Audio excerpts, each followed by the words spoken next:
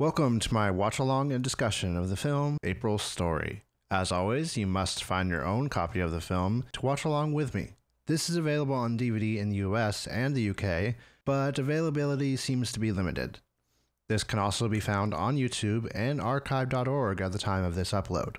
I recommend checking blu-ray.com or justwatch.com to find availability in your region. For watch-alongs, please know that I will be talking throughout the film.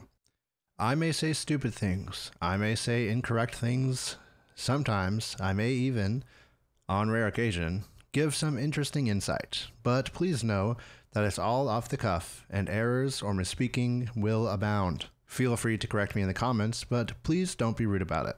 While watching the film, you can safely ignore this video and just listen along. I will have a timestamp up on the video so you can sync up easily. The video will have roughly 10 to 15 second clips every 10 minutes, and during those 10 minutes, there will be a still image on the screen. There will also be no audio playing from the film itself. This is mostly to avoid copyright issues, but also, since you should be watching along with me, I don't want there to be any annoying double audio issues or anything like that.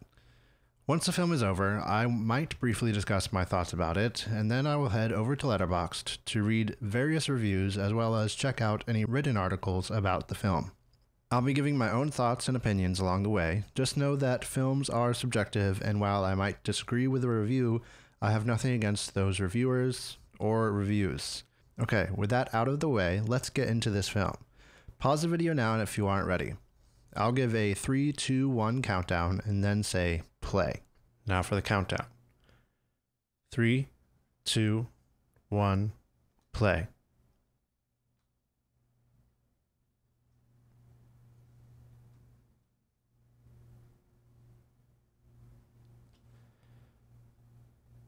Seems there's a long black screen.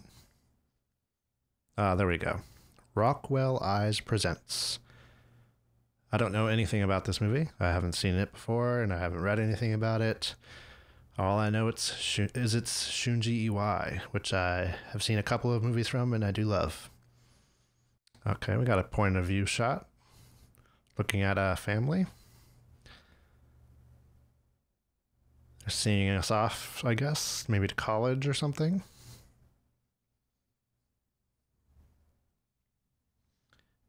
Nireno.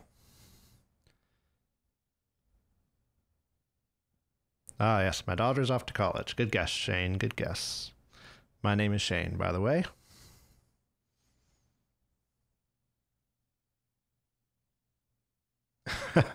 Just kind of, he's not even that close, but it feels claustrophobic being in this point of view shot.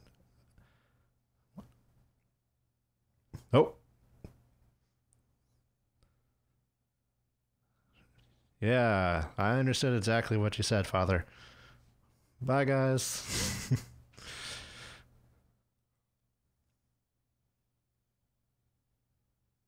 Wonder if the whole thing will be in point of view.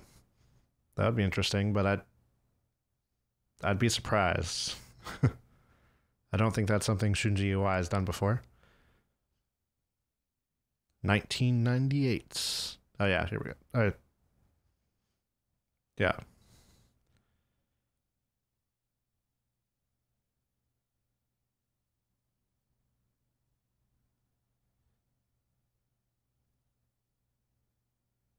Guess we're feeling apprehensive.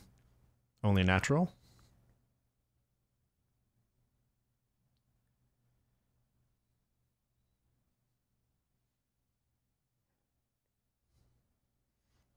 Doesn't get any more basic than that. Just a room with 4 walls and a tatami mat.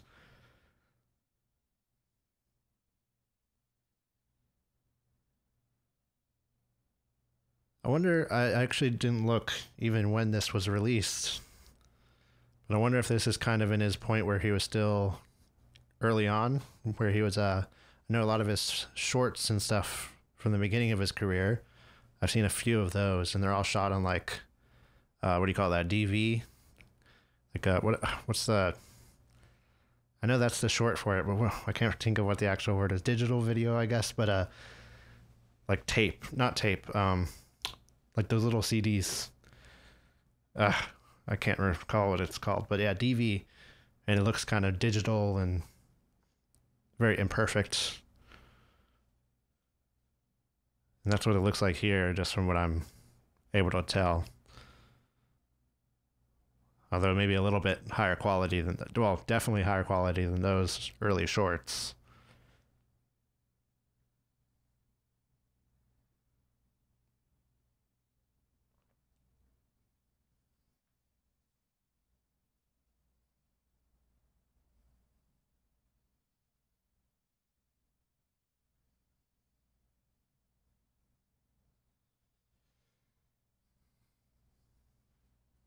Sakura Gaoka.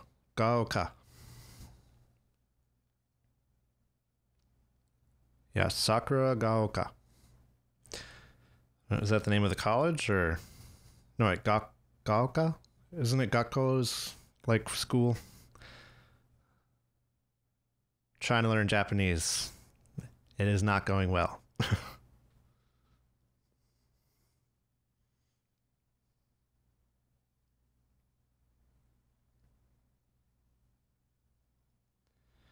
Look at all that Sakura falling. Sheesh. That can't be normal. Like, that had to have been set up for the film. There's no way. That's just like a natural thing.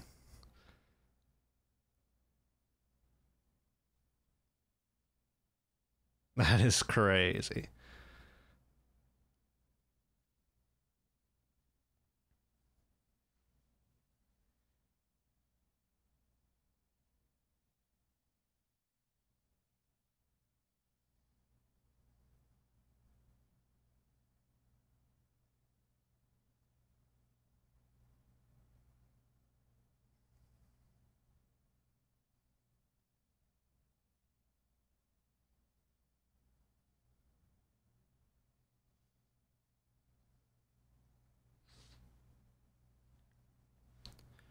Like in the simple piano music. It's some simple ditties to go along with the story that we're watching.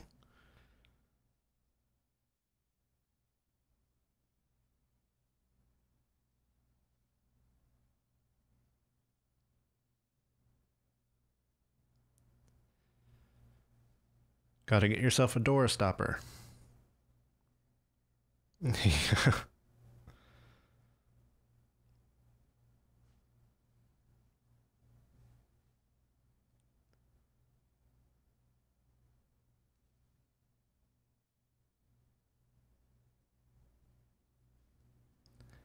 He's basically just telling her she'd be in the way.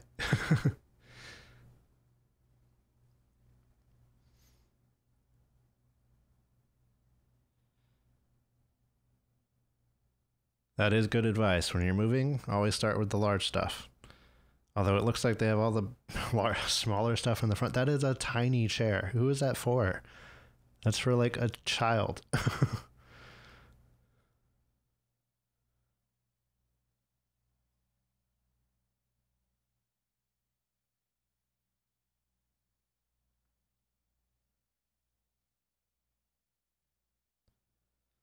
Is that a refrigerator or something? Yeah, what is all this Sakura? How do they even get all of this?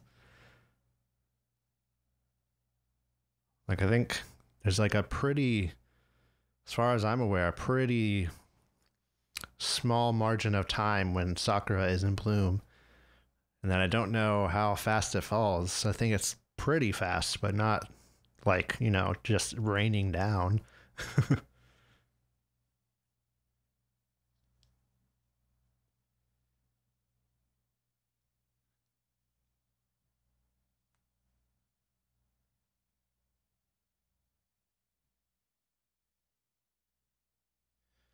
Oh, I see Toshiba very prominently on the screen. Kind of doubt that it would be like a product placement, though. Maybe. You never know.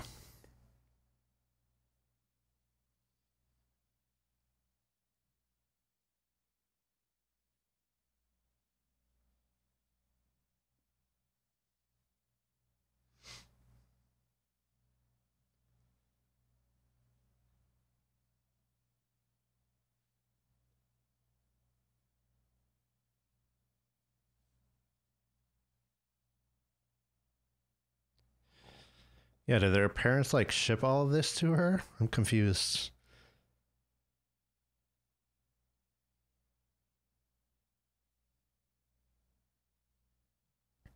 It's a pretty luxurious college life.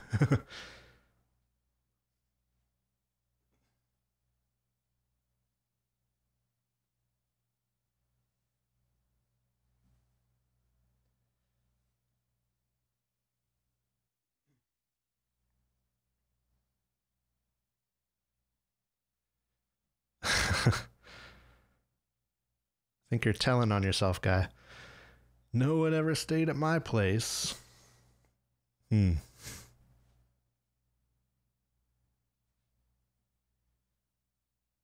She is too happy.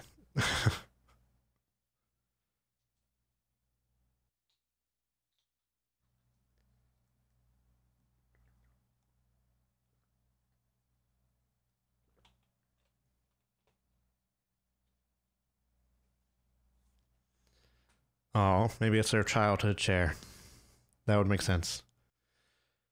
Oh, I have a sad story about my childhood chair. It was blue. It had stuff on it I don't remember. I loved that chair.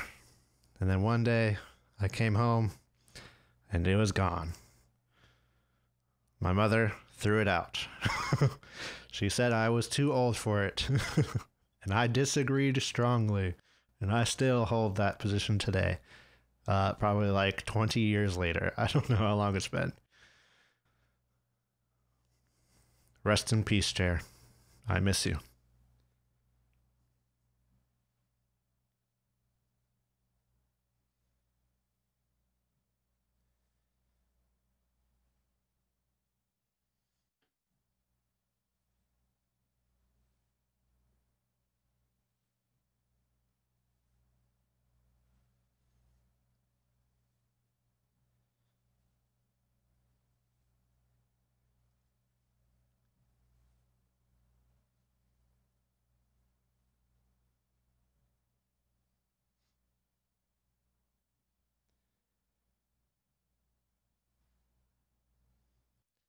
Ah, so she's from Hokkaido. I didn't catch that before. I don't know if they said it or not, but it's pretty far.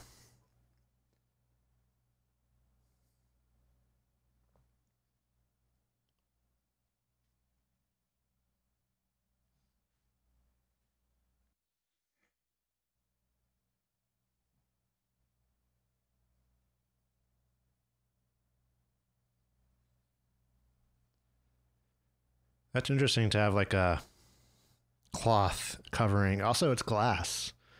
I don't think I've ever seen that sort of what do you call that, peephole before.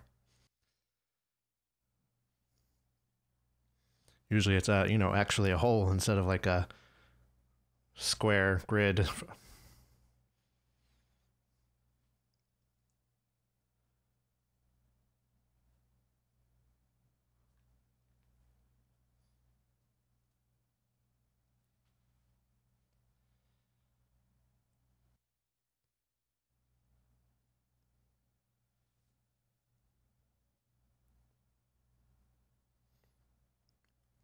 Well, it's very green.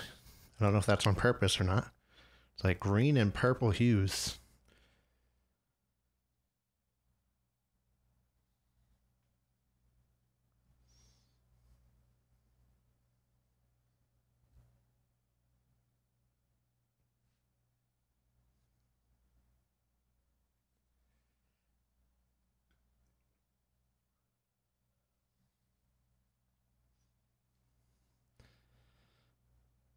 Gotta love a good introductory ceremony. This is like kind of dreary. I don't know if that's on purpose. I'm guessing it is.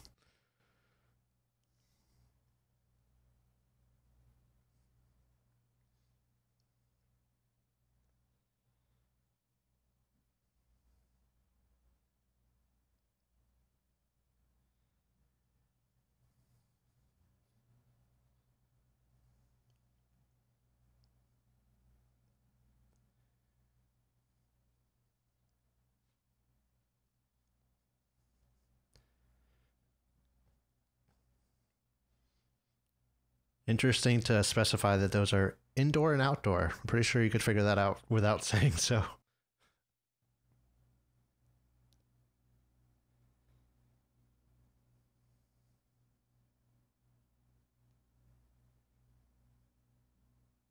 My hobby is fishing. That's all. Don't talk to me.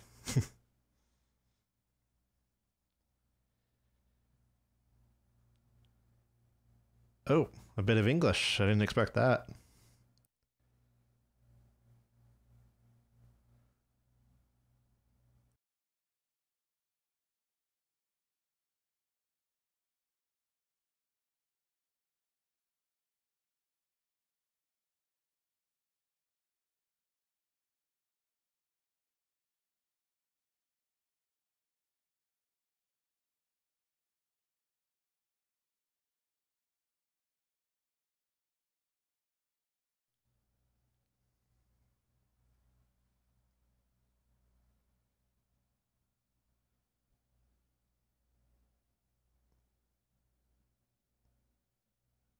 They're both wearing similarly striped shirts. Oh, there's our gal. I'm cheerful by nature. Not seeming very cheerful right now. Oroshuku gozaimasu, right? Forgive me for practicing my Japanese right now.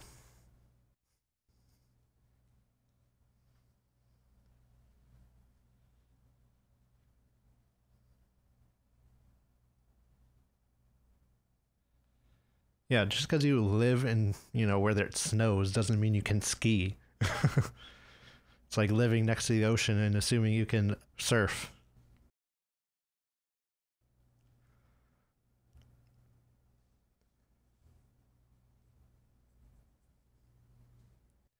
Well, yes, I was born with skis attached to my feet.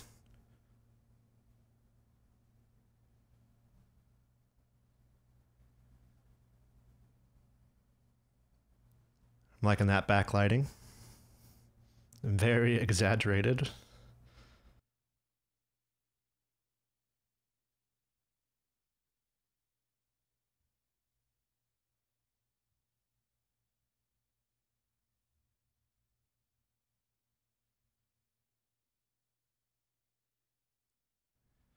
Those were really informal. I remember when I was in college, it was just people like being like, everyone was just sitting down in their seats. They give like 2 seconds. Be like, yeah, my name is X. I do X. Hello. Move on. That was it.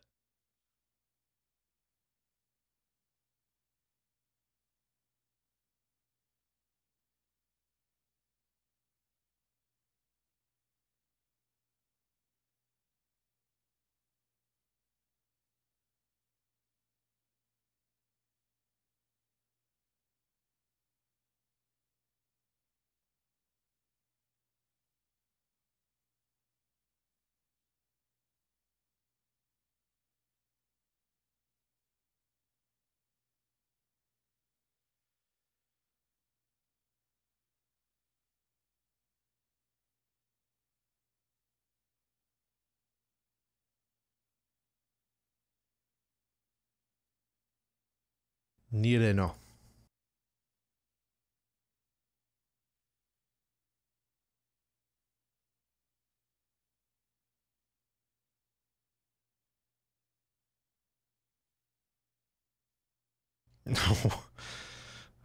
What is that look from Psycho Usana?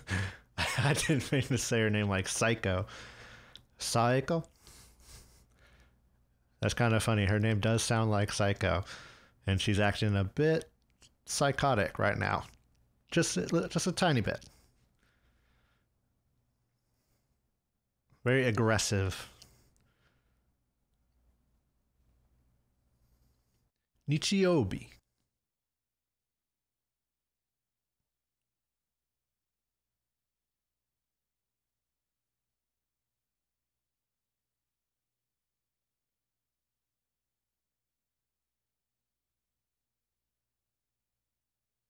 There is no next time. That's a scary face.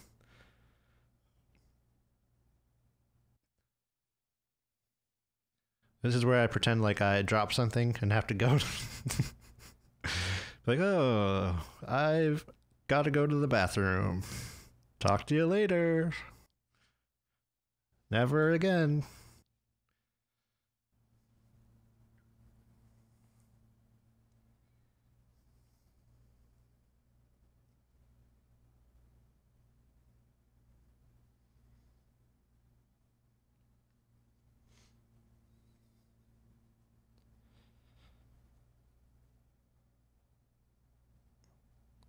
Oh, got a live performance?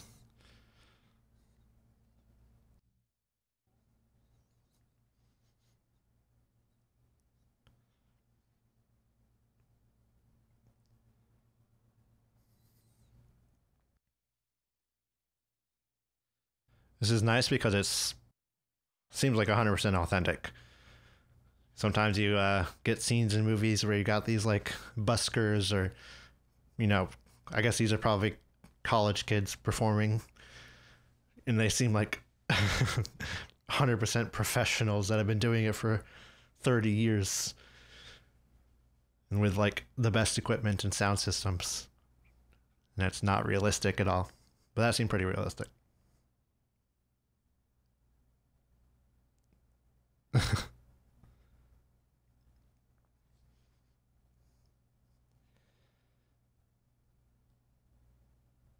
That standee did kind of look like her. I don't know if that was actually her, maybe, but I don't think so.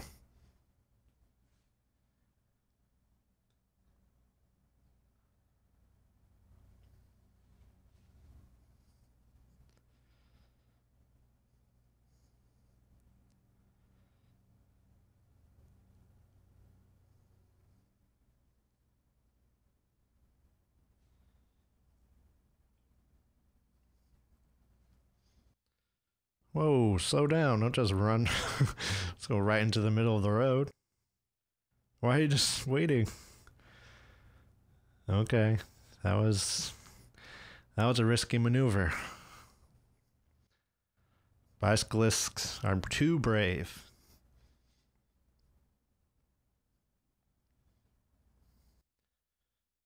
Musashi no Do. Hidari. I know that one. Hidari. Left.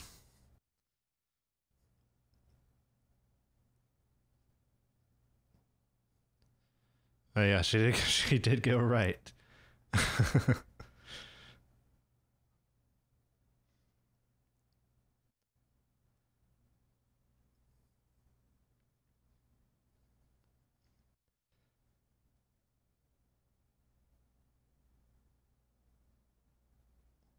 Just looking at those red and blue books down there.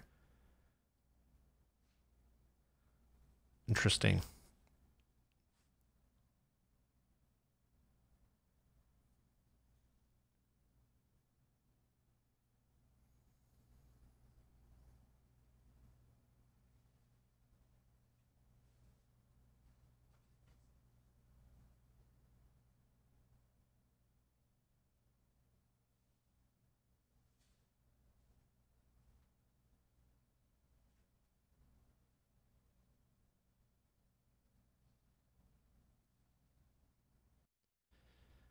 This is what I really want to go. What I really want to do if I go to Japan someday. Go to some secondhand vintage shops and look at old Japanese magazines. It's like one of the top 3 things I want to do when I go to Japan, which I think is pretty abnormal. But I would love that. I think there's a place called Jinbocho in Tokyo. It's like Japan's Tokyo's book district. They've got a lot of vintage shops. Got like movie posters and stuff too that look pretty sweet. I would love that. Be in heaven. Be like looking at Kinema Jumpo magazines mostly. Whoa. I'm a bit too hot and heavy for the park there, guys.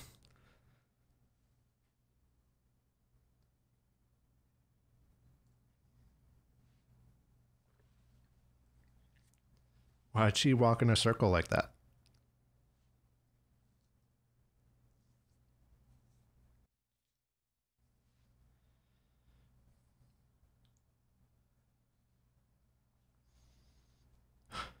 Oh? What movie is this? Is this... No.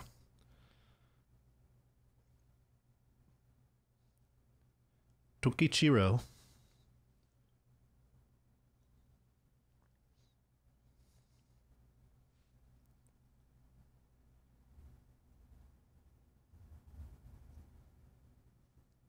Huh. I think... I'm guessing this is a fake movie.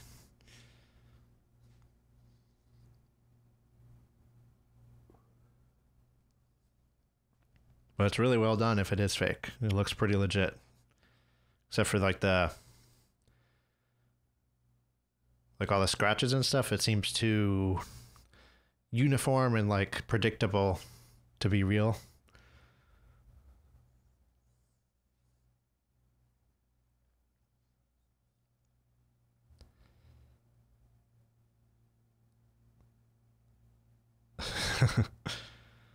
The exposition is crazy. That's why you killed Lord Tokugawa.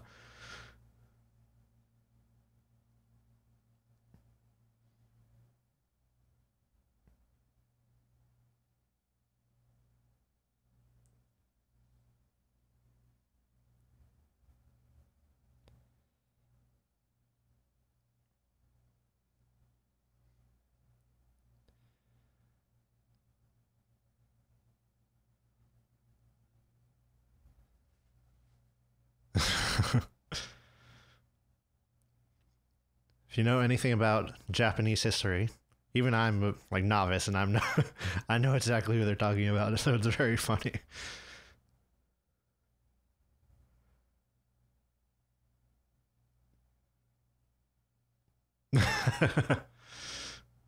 Oh man, the musical sting.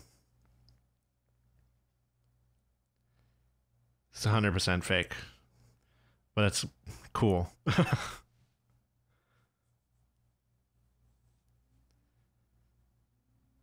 I think this is probably the first fake film within a film where it's like a vintage film, or like it's meant to be like an older film within a contemporary film, if that makes sense. The only thing I can think of is it's a summertime film from 2020, I think it is, maybe 2021. They have a lot of... I can't recall if they actually do any fake films within a film that isn't like, oh, the kid's acting. Sorry, that's not relevant to this film, so I'll stop talking about it.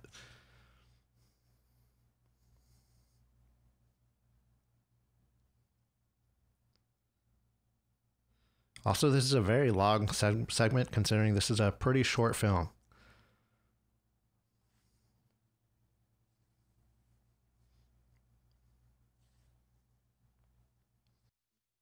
Notice everybody's alone here. It's my preferred method of going to the theater, but not the ordinary.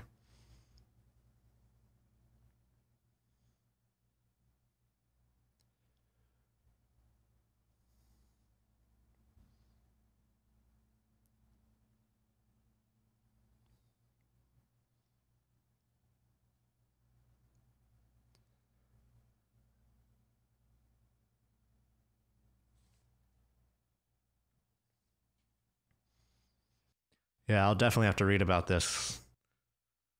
Want to know how they filmed that? If they use old cameras or something, or because it looks... Oh. Not very sneaky. You tried, though. You tried.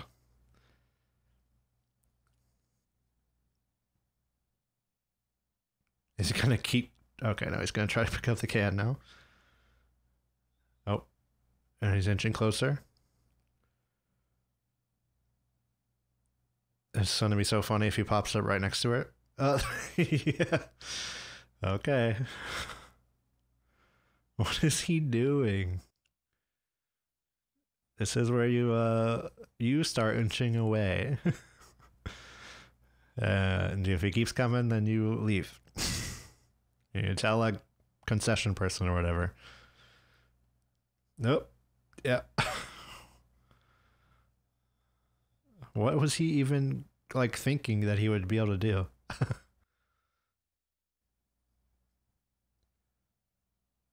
Great film. Great film. Oh yeah, it's the empty can's fault.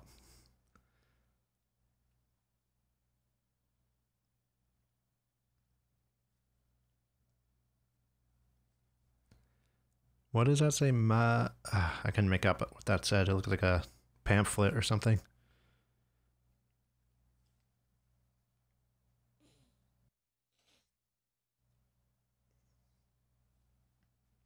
Ooh, I'll have to remember to go back to this and see if I can like screenshot that. See if I can get anything from that poster. Or advertisement, whatever you want to call it.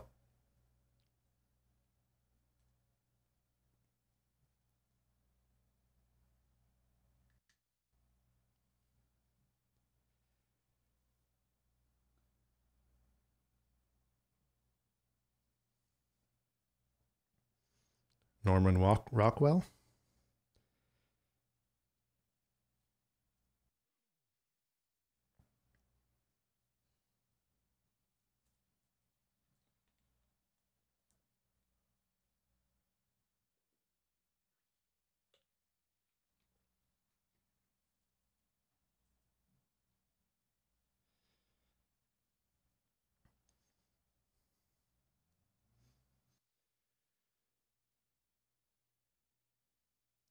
So far, she seems pretty alone. I don't know if I'd say lonely, but she's certainly not really been with anybody so far throughout the film. She hasn't really been back to the classroom yet.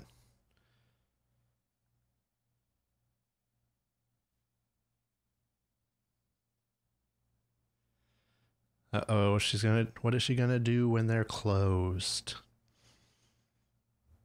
Find another shop.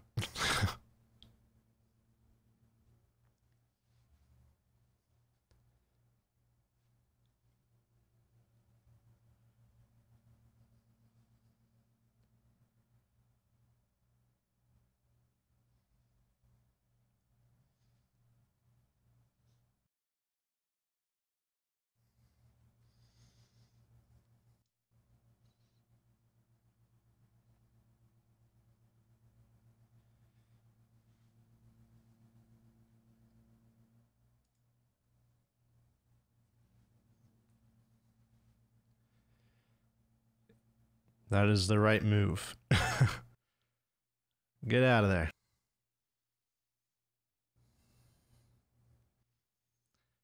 I guess it wasn't a pamphlet. It was something. Oh, it's from the shop. No. Okay, I got scared with that sound design. I thought there was like a car coming or something. Trying to scare me. Guess it was a train going under the track or going under the bridge or something.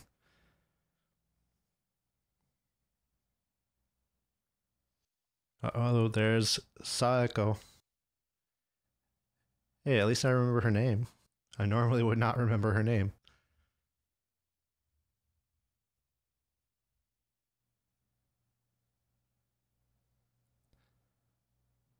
I don't know if I'd consider fishing fun. Can definitely be relaxing. But if you're not careful, it is also a good way to get nice sunburn. I burn very easily, so I've experienced that firsthand. Was this a fishing club? Okay.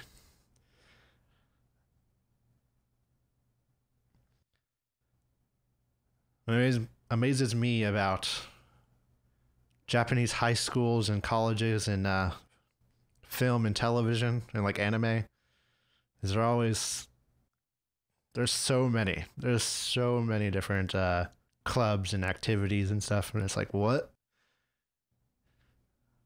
I mean, I mostly went to a private school and then went to a public college, but even in that public college there wasn't that many clubs. Like there was like your basic clubs, but not anything like niche like fishing club. So I mean, I have no idea how realistic this is. Doesn't Brad get Okay, anyway, sorry. The Brad Pitt line distracted me.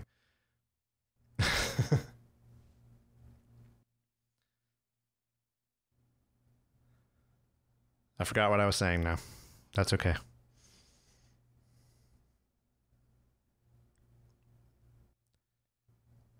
Orbis number 4. That's a fishing rod? Oh, it's fly fishing.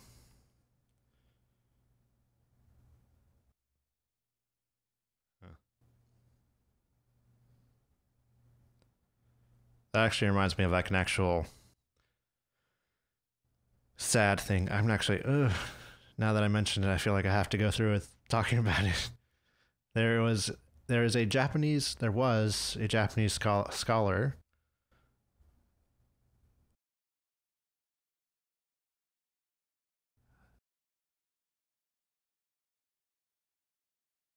Let me make sure I get her name right.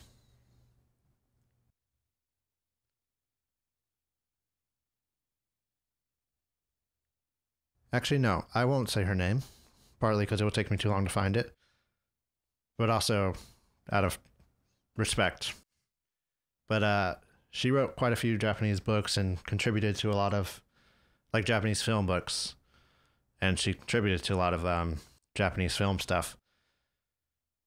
But she sadly passed away while fly fishing, which was her hobby.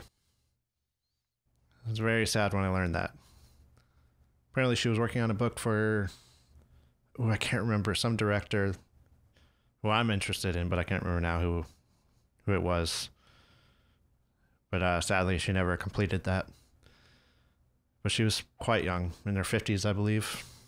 Very sad. They say it's a good thing to die doing what you love, but I don't know, especially not that young. And I think her poor husband found her. Which would be sounds quite traumatizing. Sorry, shouldn't have brought that up, but fly fishing reminded me of that. Oh well.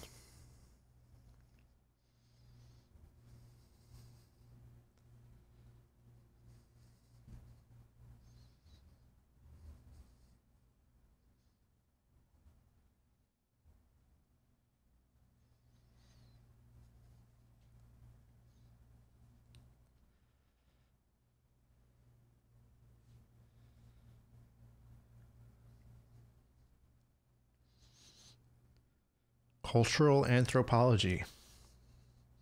Respectable.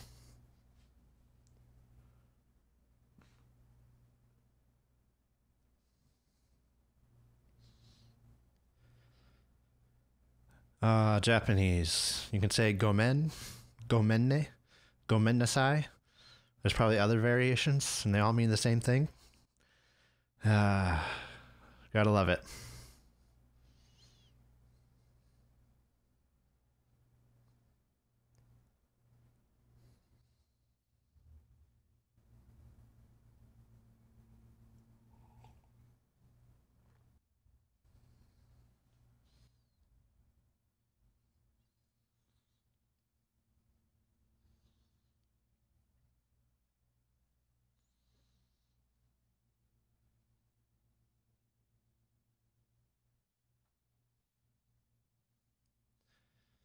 So far, I can't really identify what this movie is about, which for Shunji Iwai is not that surprising.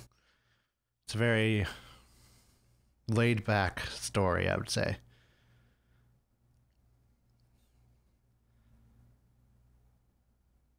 Just watching this girl adjust to her new life as a college student who we barely see in college.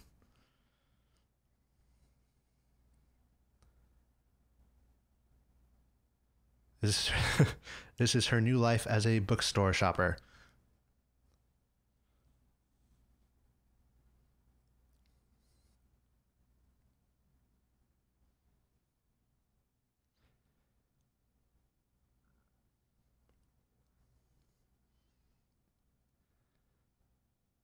Gotta love that. Hey, could you move? I gotta get something. Oh, it's actually now you went to where. Can I? Hello. Good stuff. Good stuff. Her reaction was interesting. You know what I do is I just take a big step away. Make sure I'm nowhere near where I could be in the way. Especially if you already got a book you're looking at, just step away, read your book for a little bit until they're gone, and then you can go back. Nice and easy.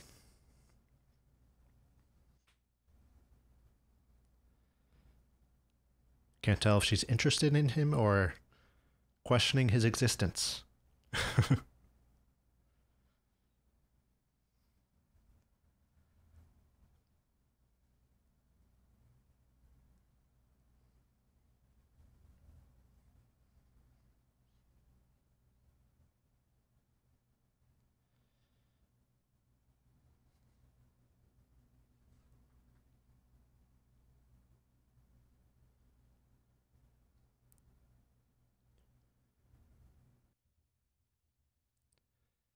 Gotta make a compilation of her just riding her bike throughout this film. Wonder how much of the runtime it would take. Not that I'm complaining. I don't necessarily get a lot out of watching these films from like a deeper standpoint, but I do just find them wonderful to watch. Very serene, even if they're not necessarily happy, if that makes sense.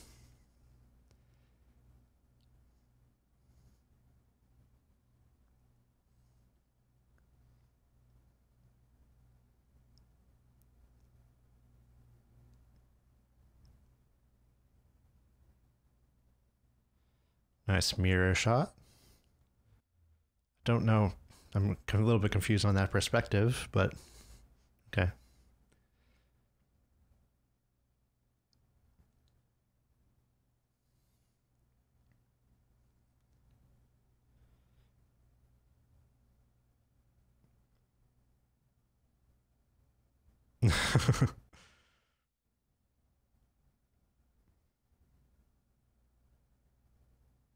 Okay. That was successfully awkward.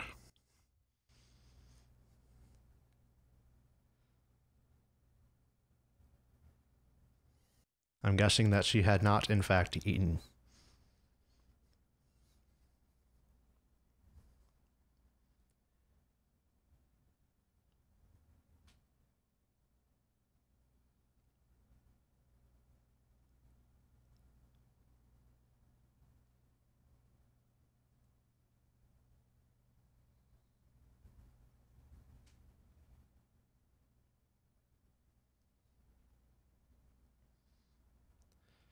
Looks like a pretty good curry.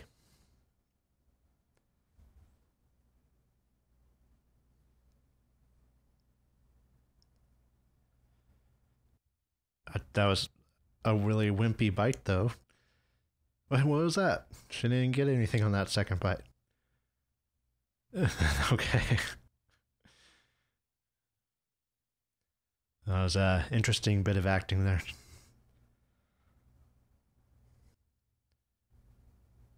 Let's see if she gets anything on this third. Oh, yeah, there we go. A little bit there. Good job.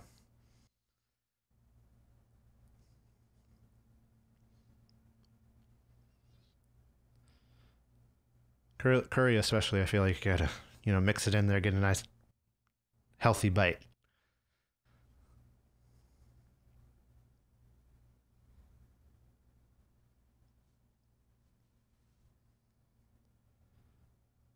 Yeah, I don't know what happened to that second bite. She's doing better now. I think she was trying to get some on the spoon, and maybe it didn't get on there all the way, and she had to quickly keep going with the take.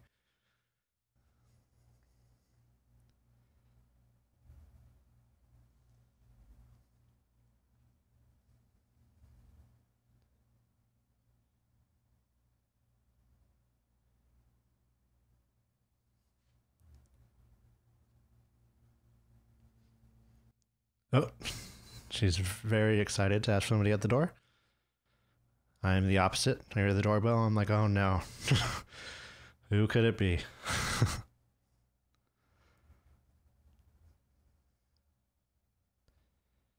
Look who it is.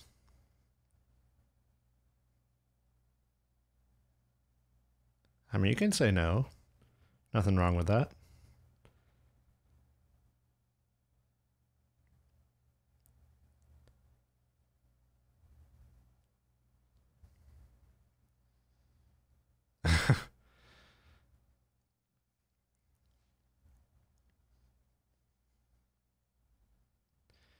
It would be great if she was like, no, no, I don't want to come in. I just want some food and then I'll take it to my place alone. If you don't mind. That would have been funny.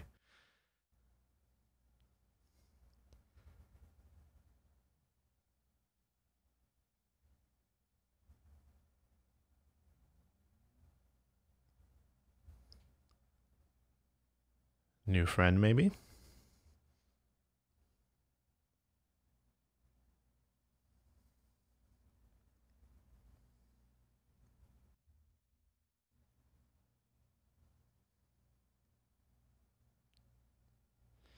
It's so crazy that to me that she's a college student and this is like her own place or the fully furnished and all this other stuff. Ain't no way. Maybe that's just me growing up in let's see, when was I in college? Like 10 years ago. Very different landscape.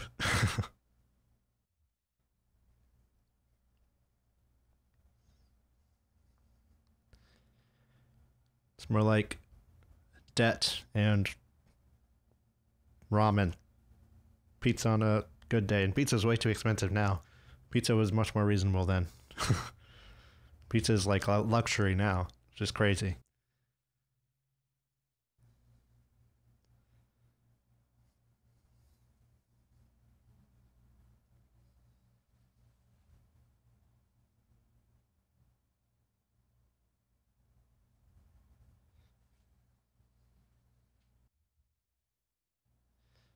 That is a bit awkward going to somebody's place to eat something and then they're on the phone. Like, especially in such a small place where they like can't hide away in their room or something.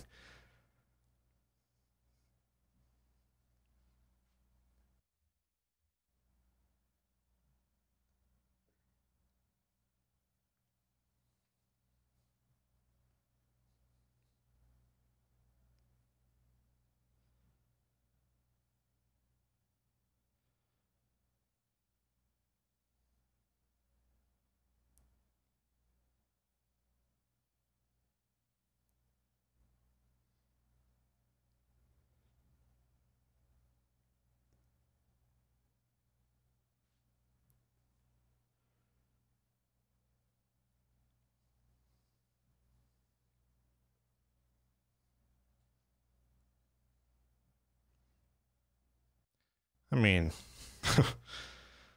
smart is one thing.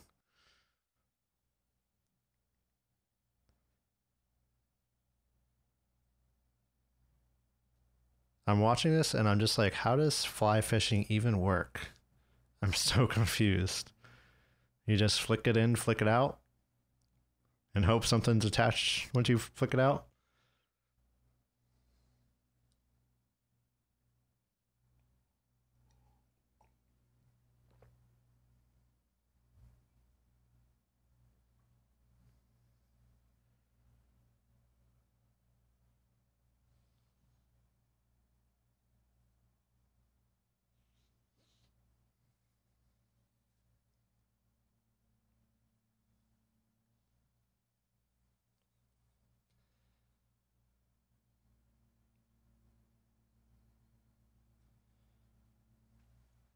Wow, very green. So green that her face looks green.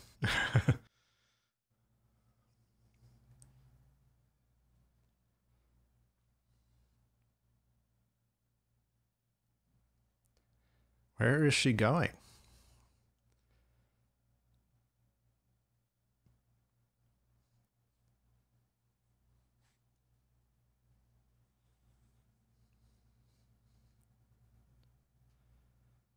Which one was Yamazaki? I forgot. Wait, was that her neighbor? No, maybe.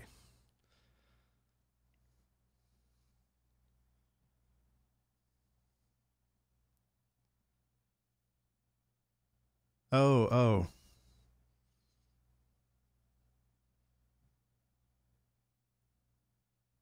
Is this a flashback? I'm confused at what's happening right now. I think this is a flashback. I was lost for a moment. I might still be lost. We'll see.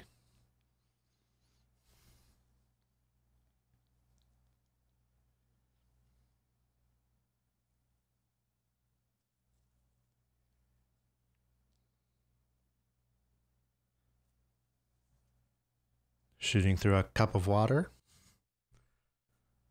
It's a very aggressive, like, rainbow effect.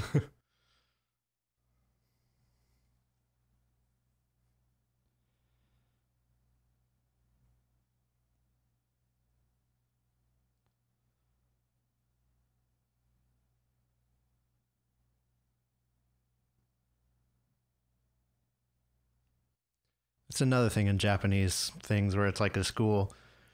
They're always on the roof. You cannot go on the roof in the U.S. That's you get very much in trouble if you do that, and you get caught, obviously.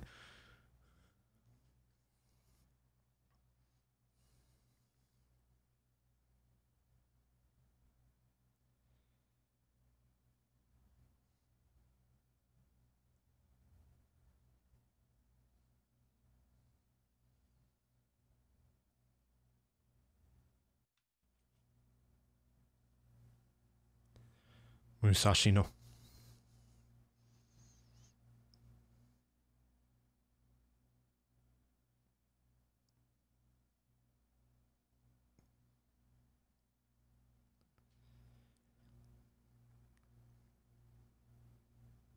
That is an interesting image.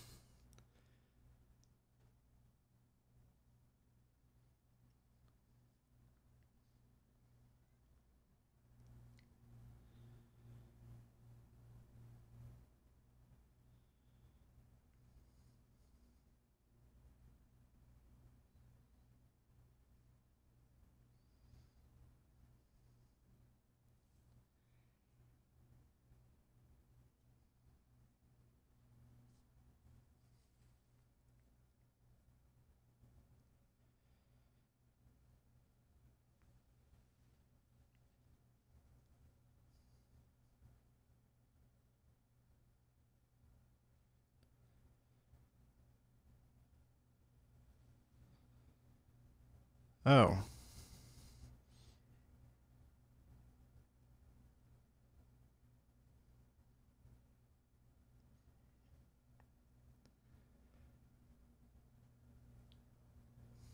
sure, you mean the writer.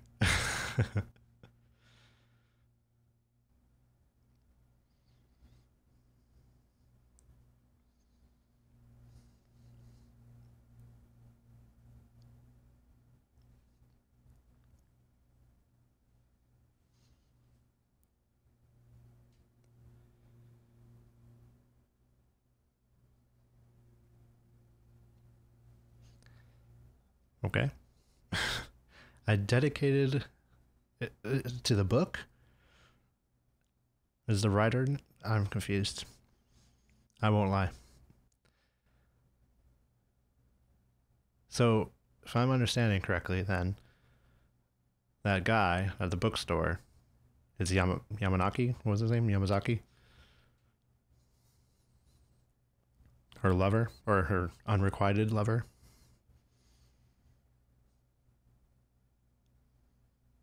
I'm guessing so, since we're back at the bookshop.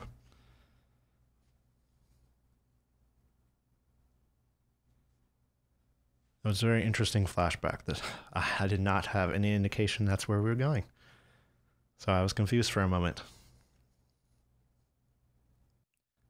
until I saw the uniform, the high school uniform. I was like, "Oh, this doesn't it seem like the present?"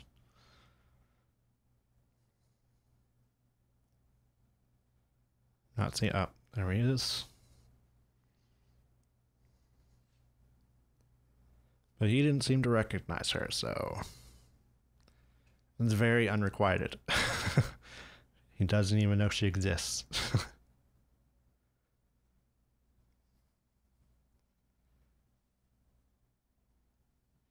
I'd say that's a step beyond unrequited.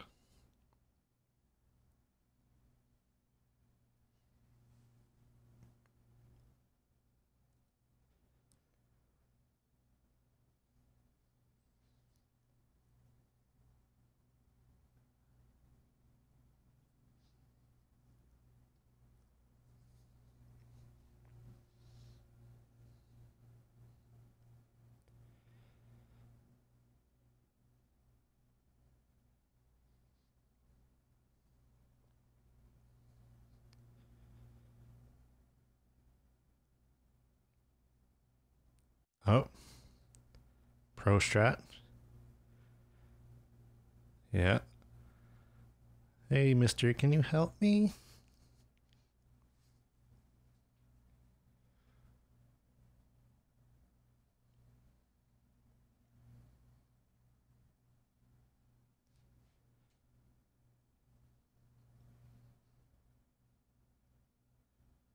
Yes, no. It's probably useful to answer his question.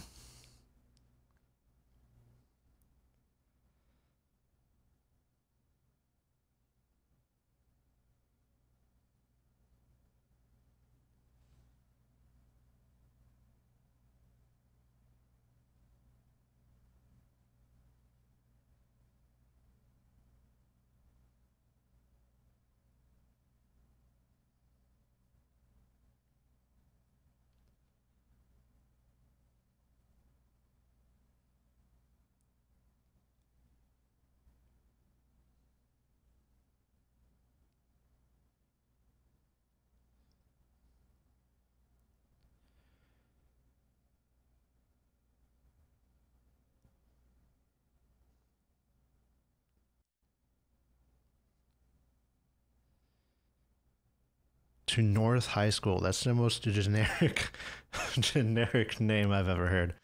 North High School. No, no, no, no, no, no. I went to West High School, actually.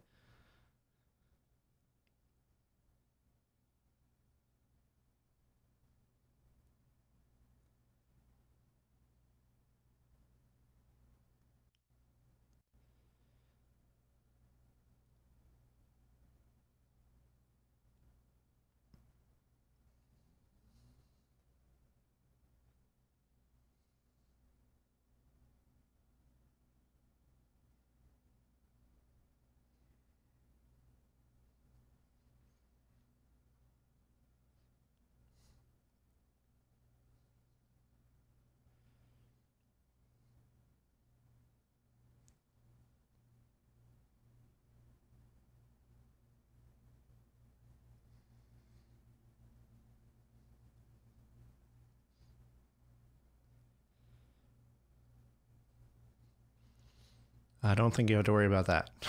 She's been in there quite a few times.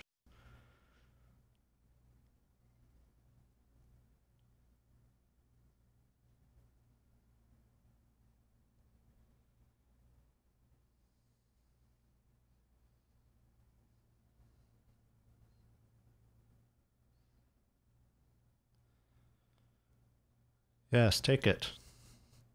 No, take it. Ah. You take the umbrella and say, hey, come pick it up here.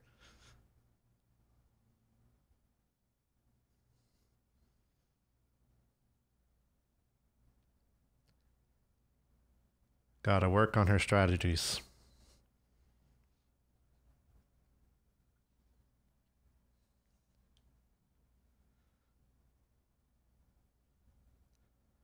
Although, to be fair, I'd find it pretty difficult.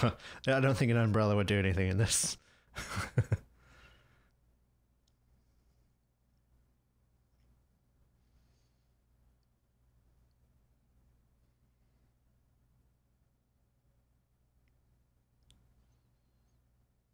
What are we at, an art museum now?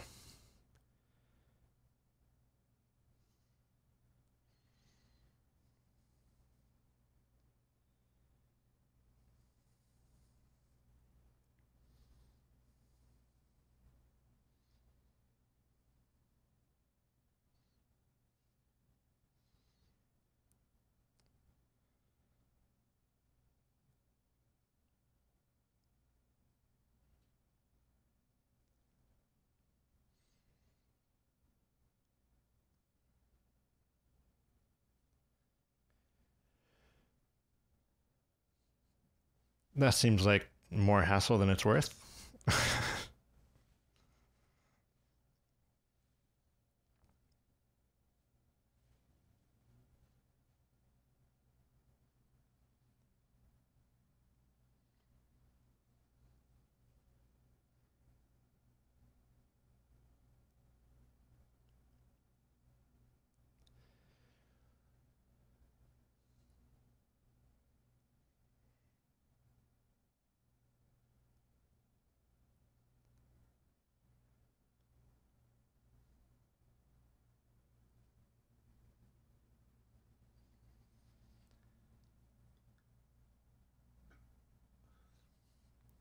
But you've already got an umbrella.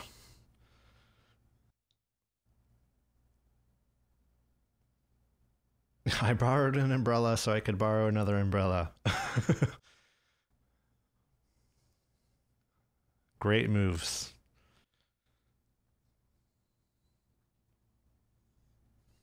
Got a whole stack of umbrellas. I do hear that about Japan. People just kind of leave their umbrellas, or they'll take other people's umbrellas. Do not, if you buy an umbrella, do not expect to have it in your possession for long.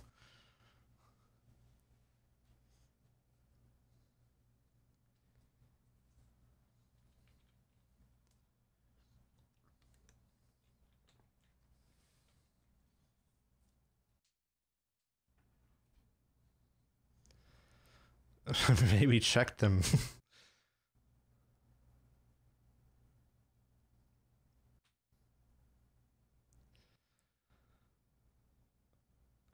I won't lie, this is cute though. I'll give it that.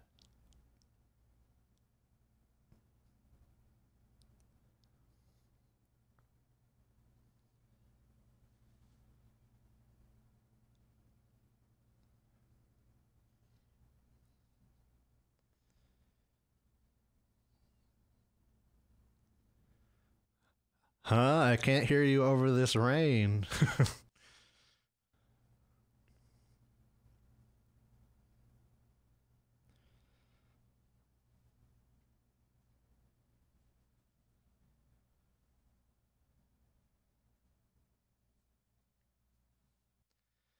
He's like, no, really, I don't want your broken umbrella.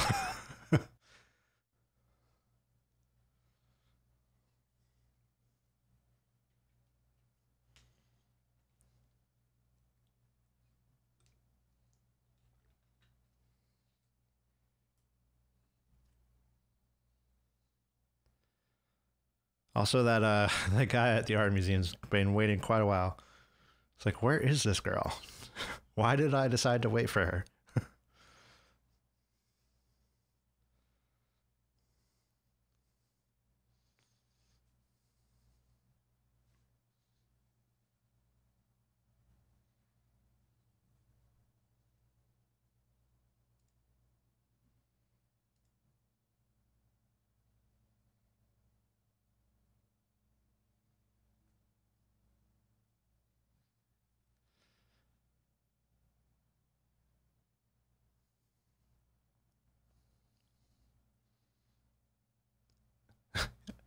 He's like, why did you buy a broken umbrella?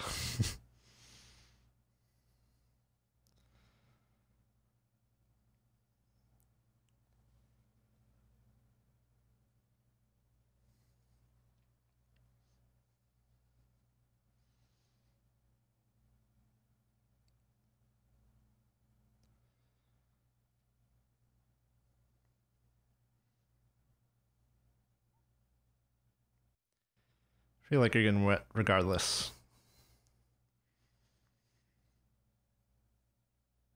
That's a good shot. That's like the beauty shot right there.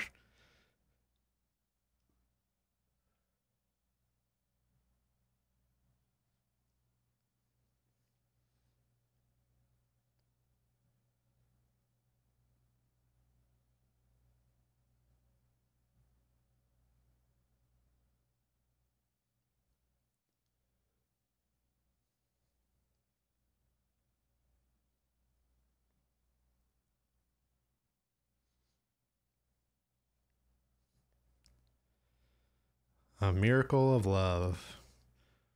Well, I don't know if I'd call it love yet, that's for sure.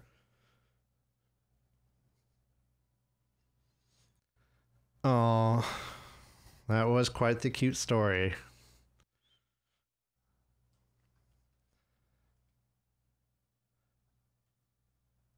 That kind of snuck up on me, though.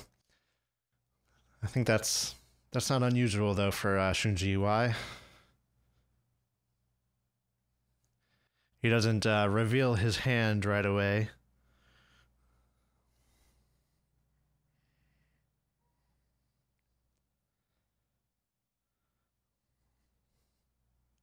Like Love Letter. Oh, Love Letter is so good. I love that movie. If you have not seen Love Letter, I highly recommend it.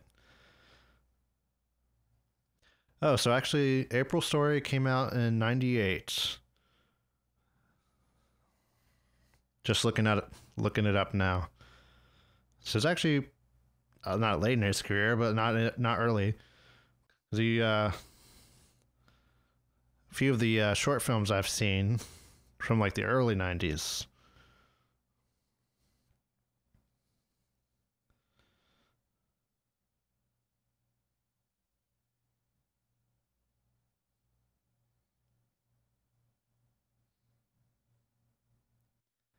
Highly recommend Ghost Soup as well.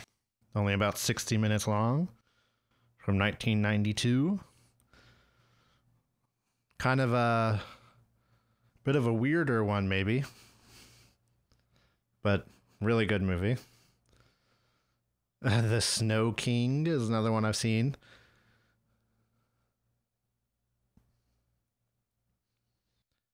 If you are in debt, maybe don't watch The Snow King. I don't know. It could work one of two ways, because you'll either sympathize with her, or you'll be reminded of how much you're in debt and be very sad. Could go either way. Fireworks. Should we see it from the side or the bottom? Another good one from early on in his career. Pretty short. Undo. Now, Undo is an interesting movie. Kind of almost avant-garde in a way, but also, how do I put this? They are not kind to turtles for real in that film. So if you can't handle that, which I don't blame you, then don't watch this film. It's kind of sad. It's more than kind of sad, actually. I wish they didn't do that. So then there's Love Letter, of course, I mentioned, which I loved. Then right after that, Picnic. Picnic is also interesting. I know someone who really, really loves that film, and I liked it a lot, but I wouldn't say I loved it. I'll have to watch it again sometime, though, because it was kind of a lot. Okay, and then the next one that I've seen from him is now April Story. Yeah, that was a good movie. Kind of, I think for a lot of people, they want their substance to come pretty quickly. So, like, I don't know, I didn't keep track of the time, but maybe like the first 45 minutes-ish of this film is all build up to what we see when we finally get it's not until really the flashback that you kind of get like an actual story going. Before that, it's just her going off to college and being alone for the most part, trying to connect with people and mostly failing. And then you get the flashback, and then it quickly becomes, this is a love story, which I liked it, but I can't say, like, it didn't make me tear jerky. It didn't really give me any strong emotions. So maybe it's failed in that regard, but I still had a great time watching it, and I think it worked in that way. I don't think it needed to be some big emotional, wow, I am now crying. But like with Love Story, I cried. That that one made me cry for sure. So yeah, I liked April Story. Not his best film. Pretty short, sweet, not to the point. uh, yeah, if you don't like a film to have like a lot of build up, that kind of feels meaningless in a lot of ways. Like, I wonder how this film would work. I wouldn't necessarily work if you just cut off everything before the flashback. It could maybe kind of work. You need maybe a little bit more context clues. I'm trying to think of it. Yeah. Yeah, you need like maybe her visiting the shop and like the guy not recognizing her and then going and talking with her friends and then being like, oh, I have unrequited love, and then the flashback, and then we get the ending. That would be a pretty good short film, and it would work, I think. But instead, you get a lot of build up before that, and I could see that not working for some people. I found it very quaint and relaxing to watch that. It was enjoyable for sure to watch all that stuff beforehand before you know what we're leading up to. So, I don't know. I'm rambling. I'll stop now. Okay, and now on to reading the letterboxed reviews for April Story. I guess I'll start with my review. I gave it 4 stars. Obviously, I thought it was pretty great. I'll read my review now. Sweet and simple storytelling at its finest. So much so that you would be forgiven for not seeing where the story is going for the first 45 minutes or so of this 67-minute long film, until the flashback brings it all together. Adorableness levels were high throughout this film, and then they go off the charts once we come out of the flashback. I highly recommend this if you're looking for a film that's light and breezy. Oh, also, the best film within a film I've ever seen. The film itself was hilarious for its purposefully on-the-nose dialogue. I later looked up the title, thanks to an advertisement scene in the film that reads, this kanji, which translates to something like Nobunaga was alive, an added layer of hilarity. Unsurprisingly, but impressively, Iwai made this film specifically for April Story. On top of that, outside of the film, the scene in the theater is also very funny, with a creep literally creeping his way over to Uzuki. Okay, that's my review. I don't tend to write very long reviews. 1 or 2 paragraphs is usually my limit. I like to keep it kind of short. Occasionally I'll do a little bit more, but yeah. Okay, now I'll read reviews from people that I follow. Starting with Ayush. I've never said his name out loud. I don't know if that's how you say it or not. Like eating nothing but an assortment of desserts for a whole day. April Story is the sweetest slice of life film I have ever had the pleasure of watching. Its ingeniousness brings to mind the likes of Ghibli classic Whisper of the Heart and Jim Jarmusch's Patterson. Devoid of any conflict whatsoever, this is the kind of film I would gladly live in. In a little over an hour, Shunji Iwai shows us a Tokyo which is clearly a shoujo manga / dream pop fantasy land. A stark contrast from the Tokyo which I saw last night. Not only is April Story aesthetically beautiful, it depicts the mundanity of everyday life with such unadulterated optimism. There is no plot whatsoever. Life doesn't necessarily adhere to any plots, after all. Uzuki Nirano boards a train from Hokkaido to Tokyo to begin her first year at Musashino University. As the film unfolds, we gradually become to understand what compelled her to study in Tokyo. April sets the tone of the film, filling the shots with gorgeous sakura blossom. Iwai captures the details of how an introvert feels and reacts to a new surrounding splendidly. Uzuki's shy demeanor gives life to the awkward glances and wholesome conversations. For a film that really doesn't go anywhere, it felt like it went everywhere. It's the beginning of her first step into adulthood, a prelude to what I can only hope is a tender romance. I'm in love. I wouldn't mind a sequel. Yeah, this first line is great. Like eating nothing but an assortment of desserts for a whole day. Very sweet. Also, yeah, I would say, I think that's a decent comparison. Whisper of the Heart. I love that movie. I think that movie, there's definitely a lot more drama in Whisper of the Heart. Much more drama and conflict, for sure. It's much more story-driven than this film. April Story is, despite its name, not exactly story-driven. It's, like he said, it's kind of a meandering, which is great. It works for the film. It's not its goal to be like Whisper of the Heart. But in the romance, I would say it's pretty equivalent, I guess you could say. in Whisper of the Heart, the main character is kind of on her own journey, but at the same time striving to, I don't know how I would put this, also be on the journey with the person she's interested in, because he's quickly growing and expanding, and she feels like she's stuck. So she's on a journey to join him, essentially, but on her own path. That's confusing. Watch Whisper of the Heart if you haven't seen it before. Great film. Patterson I've seen, but I don't really remember much about it, so can't comment on that. Devoid of any conflict whatsoever. Yep. It doesn't need any. Shoujo manga dream pop fantasy land. I'm not really familiar with what dream pop is. I mean, I can probably guess based on the name, but I don't really know. Shoujo. Yeah, for sure. What did you see last night, or last night of March 29th, 2021? Tokyo Fist. Okay. A completely different movie. Good movie as well. It is aesthetically beautiful. 100% agree. Unadulterated optimism. Yeah, she even says it so in the film. She's like, I just have a happy demeanor. I'm happy. It's like, oh. Although in that moment she seems sad. So that's kind of funny. Okay, let's move on to the next review.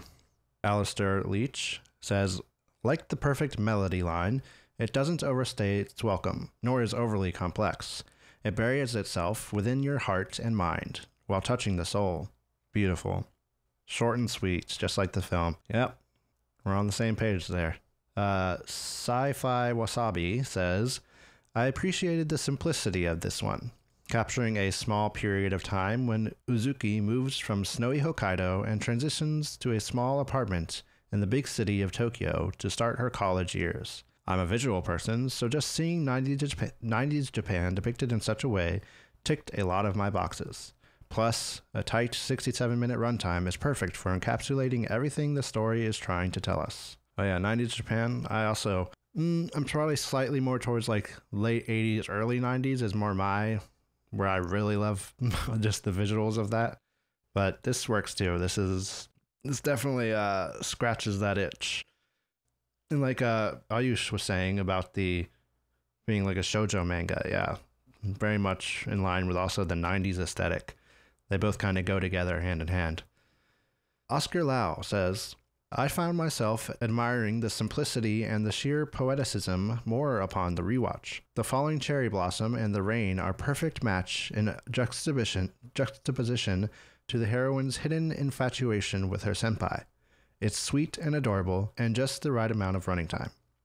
Another short and sweet review, and completely agree.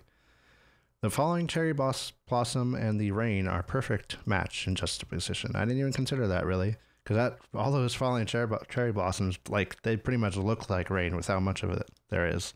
It's crazy. I still don't know how they got so many cherry blossoms. I mean, maybe they were, like, fake. Maybe that's it. Maybe I'm overthinking it, because getting real ones, I don't even know if they like last once they've fallen off, how long they last before they get like withered up and whatnot. So they must have been fake. I don't know. Who knows? Hanwha Eagles NM says, just so dang pleasant. Really takes me back to my first year at university. Great for a lazy Saturday afternoon. Oh yeah, this actually reminds me.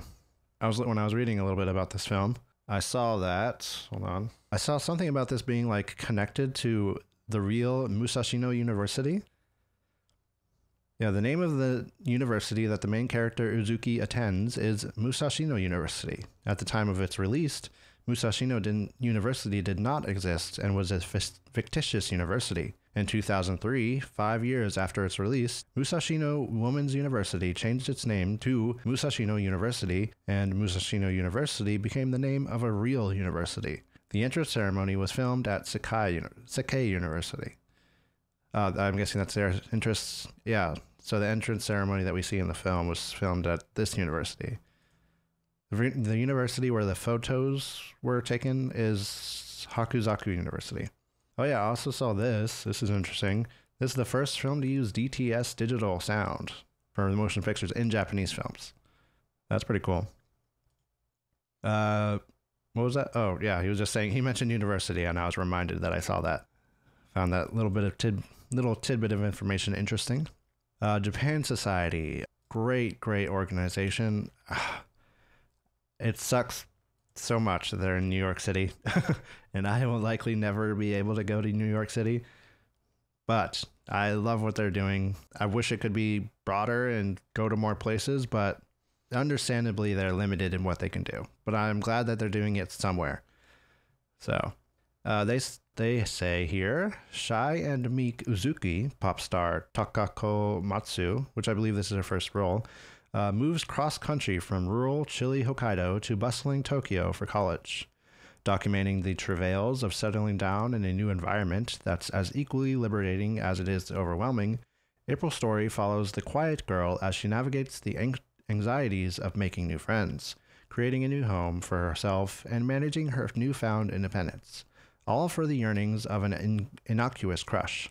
Shot in the peak bloom of cherry blossom season, April's story is perhaps Iwai's most earnest depiction of first love, perfectly capturing a snapshot of life's many wonders and mysteries. Naturally, this is written by a professional writer. It's written well. And they screened it in December 10th of 2022.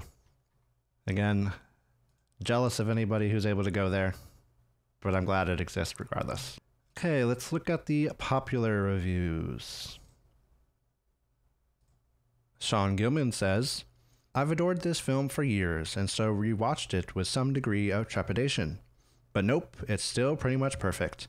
Maybe the best movie about shyness, and cherry blossoms, and looking for an umbrella, and fly fishing. Yeah. Best movie about shyness. She's not that shy. I don't think she is. I mean, I'm a shy person, so I feel like I have some authority on the subject. I don't think she's that shy. She's certainly not like the most outgoing person in the world, but shy might be a bit of an overstatement. Yes, I don't think I've seen as many cherry blossoms in a film as I have in this one. It's insane. Looking for an umbrella, that's a great scene. I love that so much. And fly fishing. I still don't know how fly fishing works. Comrade Yui says, being a love-struck college-age girl in 90s Japan was the peak of modern civilization. Everything's been downhill ever since. Okay. I guess so. Yi Jian says, a spring love story. 60 minutes of the unmistakable Shunji Iwai mood. Picture looking at a looping gif of a college girl cycling past cherry blossom trees with anything by Nujabes, really, as background music. There's always a song for every Shunji Iwai film. Assigning one is my favorite part of watching them. So this one's Aurorian Dance, starring Takako Matsu, known for her role in Confessions, who managed to radiate tons of charm despite her super awkward character. Yeah, awkward I think is a bit of a better descriptor for her than shy, because I think they're very different things, to be clear. Let's see. So a spring love story, 6 minutes. Oh yeah, Shunji Iwai. This is, unmistakably Shunji Iwai. Like I said, like the other films I've seen from him, apart from maybe Undo, which still has that mood, but also is, I would say it's darker than the other films that I've seen from him. I don't know if he has other darker films or not, but from what I've seen, it's the darkest. And compared to this film and stuff like Love Story, like sure, there's sad stuff in Love Story, but for the most part, it's not like a dark film. So, in this story, April's story is not a dark film at all. So he's definitely on a mood about him, though. Very distinct. Nujabes. I've heard some of his music. I mean, I know he's. What did he work on? That anime, Samurai Champloo, that's what it was. And to go to the recesses of my anime brain. Samurai Champloo, that's right. And then also, I've heard some of his music, but I don't really I'm not a person who seeks out albums and stuff to listen to. I'm assuming this is one of his songs, Aurorian Dance. Yeah, I like his stuff whenever I've heard it. Sean Burdett says, 100 out of 100. There's a scene in here where Nirino is near a music performance and wants to listen, but she's behind everyone else and doesn't know anyone enough to get in. So she just leaves. I feel that a lot. I didn't even think of it about it that way. I was too focused on what they were playing because they sounded like a very realistic kind of, street band, if you want to call them that. So I was distracted by that. Yeah, I guess she does just like leave. That's kind of funny. Another one from Comrade Yui. One of the most warm-hearted and generous films I've ever seen. It perfectly captures the whimsical pastels of springtime and the earnest, awkward yearnings of youth. Shunji Iwai gives the simple, formal elegance of a Yasujiro Ozu movie, but without the bitter resignation, instead allowing the viewer to bathe in the idyllic optimism of a quintessential Japanese urban paradise. I have no idea what this is. French term meaning end of century. Idyllic optimism of a end of the century Japanese urban paradise. Can't say I know exactly what they're meaning. Okay, I'll continue reading. Reminds me a lot of the early portions of Persona 3, where the aesthetic pleasures derive from seeing people on the cusp of maturity helping each other to discover their own personalities and become best friends, if only for a short while. April's story will forever exist within that precious, fleeting space of time where you're finished being a teenager, but you haven't quite figured out what the tentative adult version of you looks like.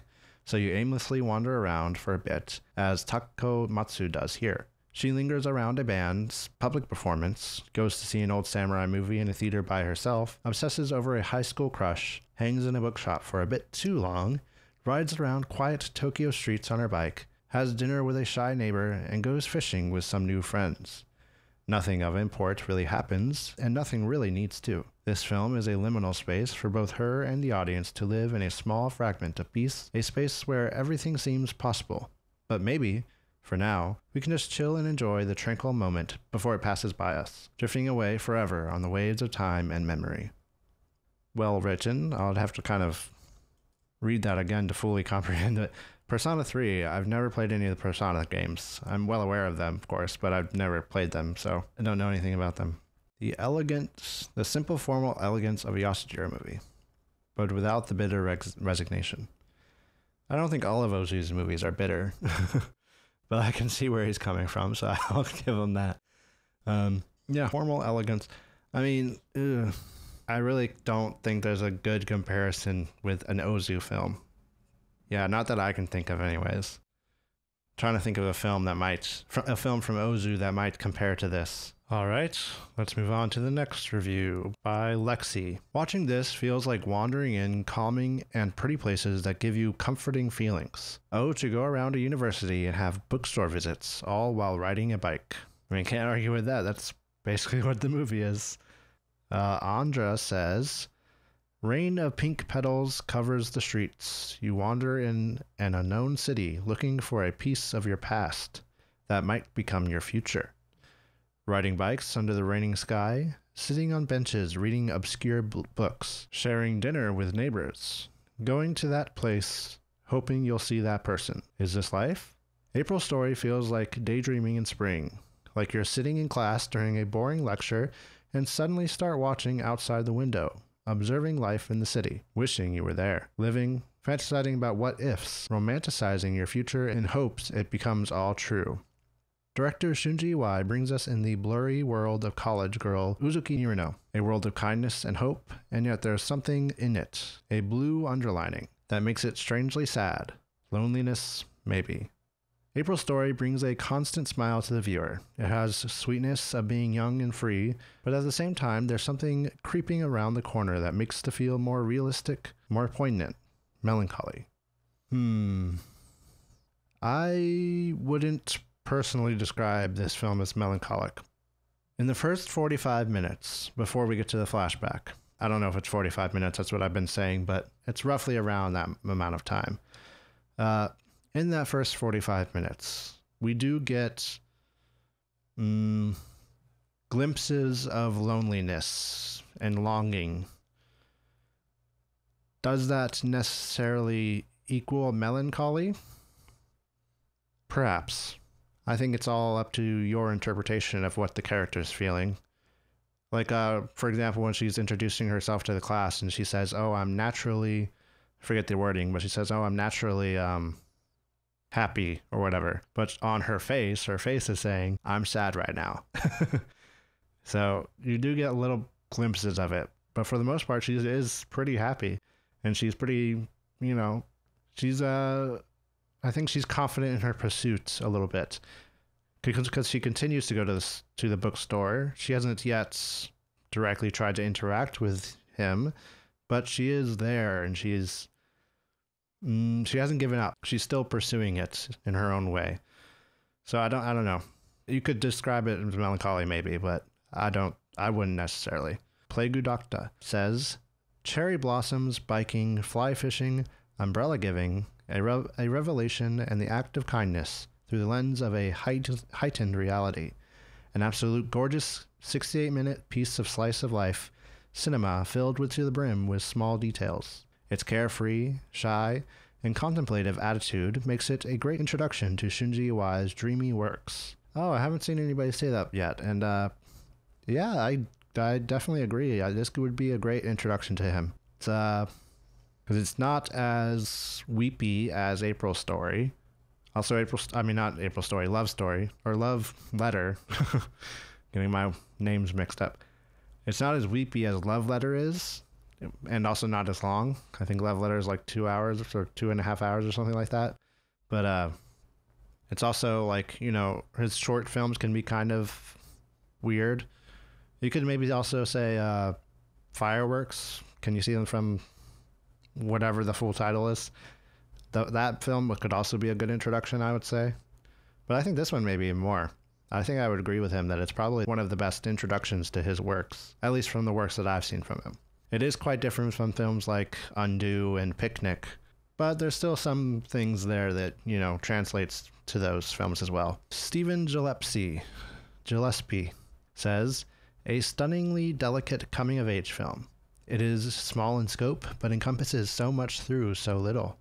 There are effortless evocations of deep ideas and unspoken conjurations of complex dynamics. That's a mouthful. The entire film is gentle, understated.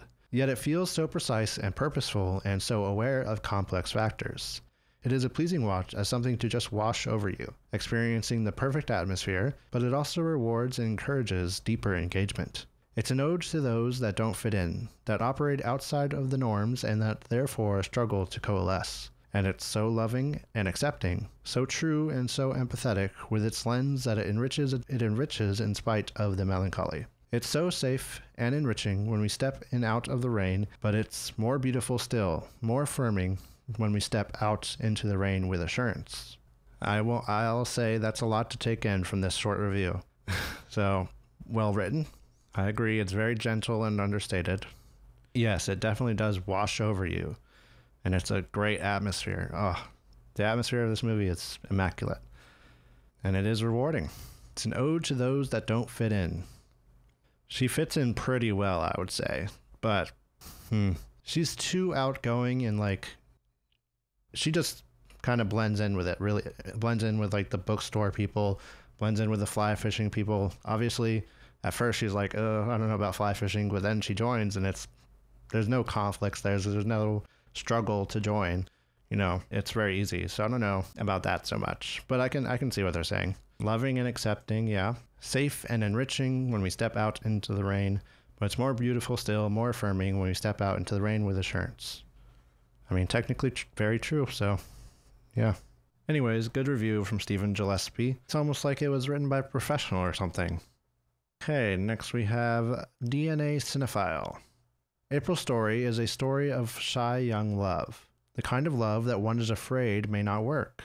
However, every decision Uzuki Nirino made was to be closer to the young man of whom she has strong feelings. In fact, she left Hokkaido and moved to Tokyo for her university experience due to her strong feelings. Uzuki tries to utilize her rural habits to integrate herself into Tokyo, but she seems alienated at first. She makes a few friends along the way, though. Ultimately, it is Shunji Iwai's mastery of direction and choice of aesthetics that endeared this film to us. Noboru Shinoda's cinematography navigated the movie from Hokkaido to Tokyo, and Uzuki's integration into Tokyo life. Takako Matsu's performance as a shy schoolgirl was provocative and lovely. We enjoyed her performance in Confessions, 2010, and Last Letter, 2020. Iwai's approach to this love story was not stereotypical. In fact, he showed the optimism of Uzuki, but the dreamy world that Uzuki lives in may not be reality. Overall, we were highly entertained and will add this one to our top 500 list. Iwai's approach to this love story was not stereotypical, which I 100% agree with. This is very much, because there would have been so much more drama in a typical film like this. But there's like almost none in this film. Maybe even none, you could say. I mean, most of the drama is very lighthearted. Like, I don't know, what's the drama? Finding a umbrella? Having to run back and forth? Yeah, there's not really any drama or melodrama. It's all very almost happy-go-lucky. And yeah, like dreamy, as I said. This is almost a dream world. It's not meant to really reflect reality, because this is not how it would play out in reality for sure. She probably would have gone there and been like, hey, don't you recognize me? And the guy would have been like, I don't know who you are. So anyways, good review. Marcissus says, every single person you respect has at some point in their life had their heart broken by an absolute loser. So don't worry about it. Alexa, play Shiny Happy People by Rem. Raphael Parker Jovine says, so if you have been on Letterboxd in the past few days, chances are you have seen some of your friends and followers discussing this short feature. Being the curious cat that I am, I decided to give it a try. It's easy to see why this movie has gained such a following, something that it reminds me of Wong Kar-wai's Chungking Express, especially the experimental way it's shot, giving it a dreamy, almost surreal vibe. There's also this nice, almost Emile-like sensibility, especially in the way the city and characters are depicted. The story follows this introverted girl who moves to the city on her own to begin college and learn how to be an adult. In many ways, it's a delightful mix of romance and coming of age. Uzuki is wonderfully embodied by Takako Matsu, demonstrating both her joyous and insecure sides. All in all, while I may not have gotten much out of it as many others have because of my own personal bias towards romantic films, I still find it enjoyable and definitely recommend watching. That's actually interesting. I do think because of the approach of this film, you do not have to be a romance lover to enjoy it. I think you do have to be someone who likes slice of life. If you like films that are like very story heavy, then you probably will want to avoid this one because it's going to be a little bit dragging. And like I said, again, in that 45 minutes, that's really where I think a lot of people will have problems. You know, if they don't fall for that, then they're not going to enjoy the movie very much. And they'll leave on a high note, hopefully, with the last part of it. But all that lead up to it, I think a lot of people will be, well, not a lot of people, but there's going to be people that are going to be turned off by that and not enjoy it because of that, which is understandable. Chungking Express is an interesting comparison. Been a little bit too long since I've seen it to be able to think about that as a comparison. And I have not seen Amelie. I don't know how you say that. I know exactly what movie they're talking about, but I've never seen it. I should, I know. Henry says, this was a wonderful little film. One of the sweetest films ever crafted. A truly beautiful film. Yeah. Chris says, thoroughly charming would be the most appropriate way to describe this straightforward story about the reserved Uzuki as she moves from the countryside to university in Tokyo and adjusts to her surroundings, and manages to capture those awkward feelings of apprehension and anticipation that everyone experiences when they're on the cusp of adulthood. Still uncertain who they really are and what direction they want to go, being somewhere unfamiliar amplifies every emotion. So comfort has to be found in the mundanity of everyday activities or the joy of aimlessly exploring. Shunji Iwai's compositions are filled with warm tones and natural beauty, which gives every frame a gentle glow, while Takako Matsu exudes shyness in a manner which is very endearing to the lead role. It's ultimately a touch too brief to offer a truly impactful insight, and does get a little too saccharine at points, but it undoubtedly provides a picturesque snapshot of a difficult stage in life in a way that is widely relatable. It works quite effectively as far as that goes. You know, I can't say that I actually relate, which is funny. I mean, I would consider myself a shy person, but I do not relate to her, and I don't relate to her story because I've never, sought after lost love or, that sort of thing. So I don't know. I related in a way that movies help me relate to people. Like Roger Ebert's famous quote of, films, when they're good, put you in the shoes of people of all different genders and walks of life and, goals. Obviously, that's a horrible abbreviation of what he actually said. But you get my point, is films put you in places, if they put you in the shoes of people that you don't actually, you've never been in that experience or that situation. And that's what I love about films. I mean, that's part of it, at least. That's one of the things I love, is being put in that place, a place and time, a feeling that I've never had. And that's what this film does for me. I can't say I relate on a personal level, but the film made me relate to it, if that makes sense. I think I'm going to go, and I want to do something a little bit different. I haven't done this before.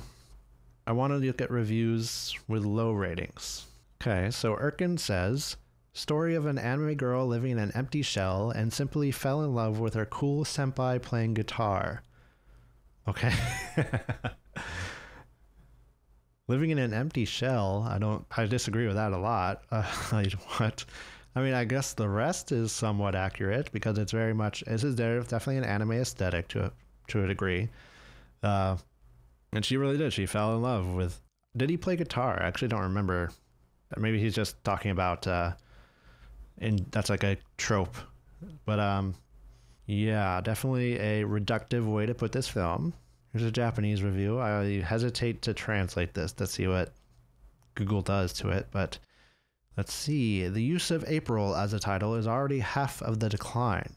Musical blessings equals -1. Musically blessed rocks equals 0. This masochistic journey of Iwai is more difficult than I imagined.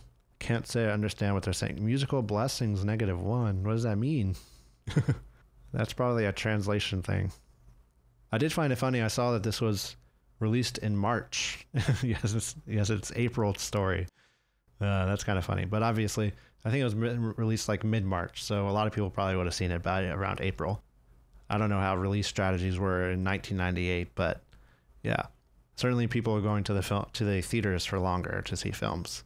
Masochistic journey. How's this masochistic? Interesting. Very bad. Boring. Half a star just because I saw her with my man and that made her less unbearable. Okay. I think I see why this is half stars for them.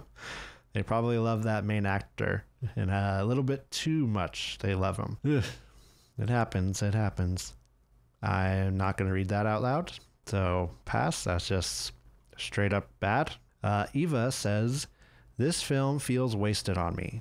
Iwai's whole filmography feels wasted on me. Somehow ended up watching another Shunji Iwai's film, knowing I didn't like his other 3 films. Sometimes a girl just have to give it a chance. Plus, this was only an hour. As you can see from my rating, I wasn't really satisfied with the film. It doesn't have a plot, really, plus the characters are really boring. Really no redeeming quality, except some of the shots looked nice. I can see this is what I was saying about some of the people, this just won't work for them. Like that beginning 45 minutes or so. They didn't mention about not liking that part, but also liking the end. So I don't know if that's what didn't work for them, but I would think that's probably the case. Because like they said a little bit later, the film doesn't really have a plot. I would say that's kind of true for the first 45 minutes. It's just slice of life. There's not really much going on unless you're really trying to delve into her psyche and really do that sort of thing. But I don't agree that the characters are boring. I think she's a very interesting character, but no redeeming quality. And then they say some of the shots looked nice. Those are two opposite things. You can't say one and then have the other. That is a redeeming quality.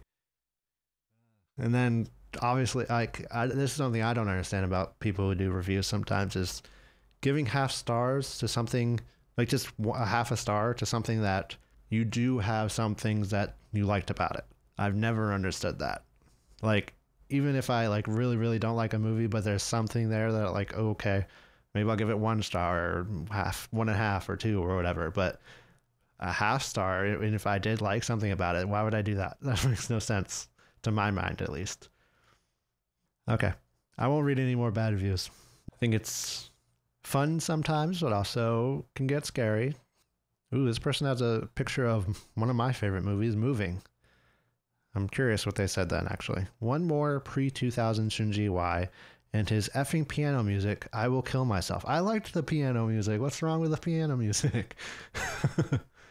Some people just don't like anything. I don't know.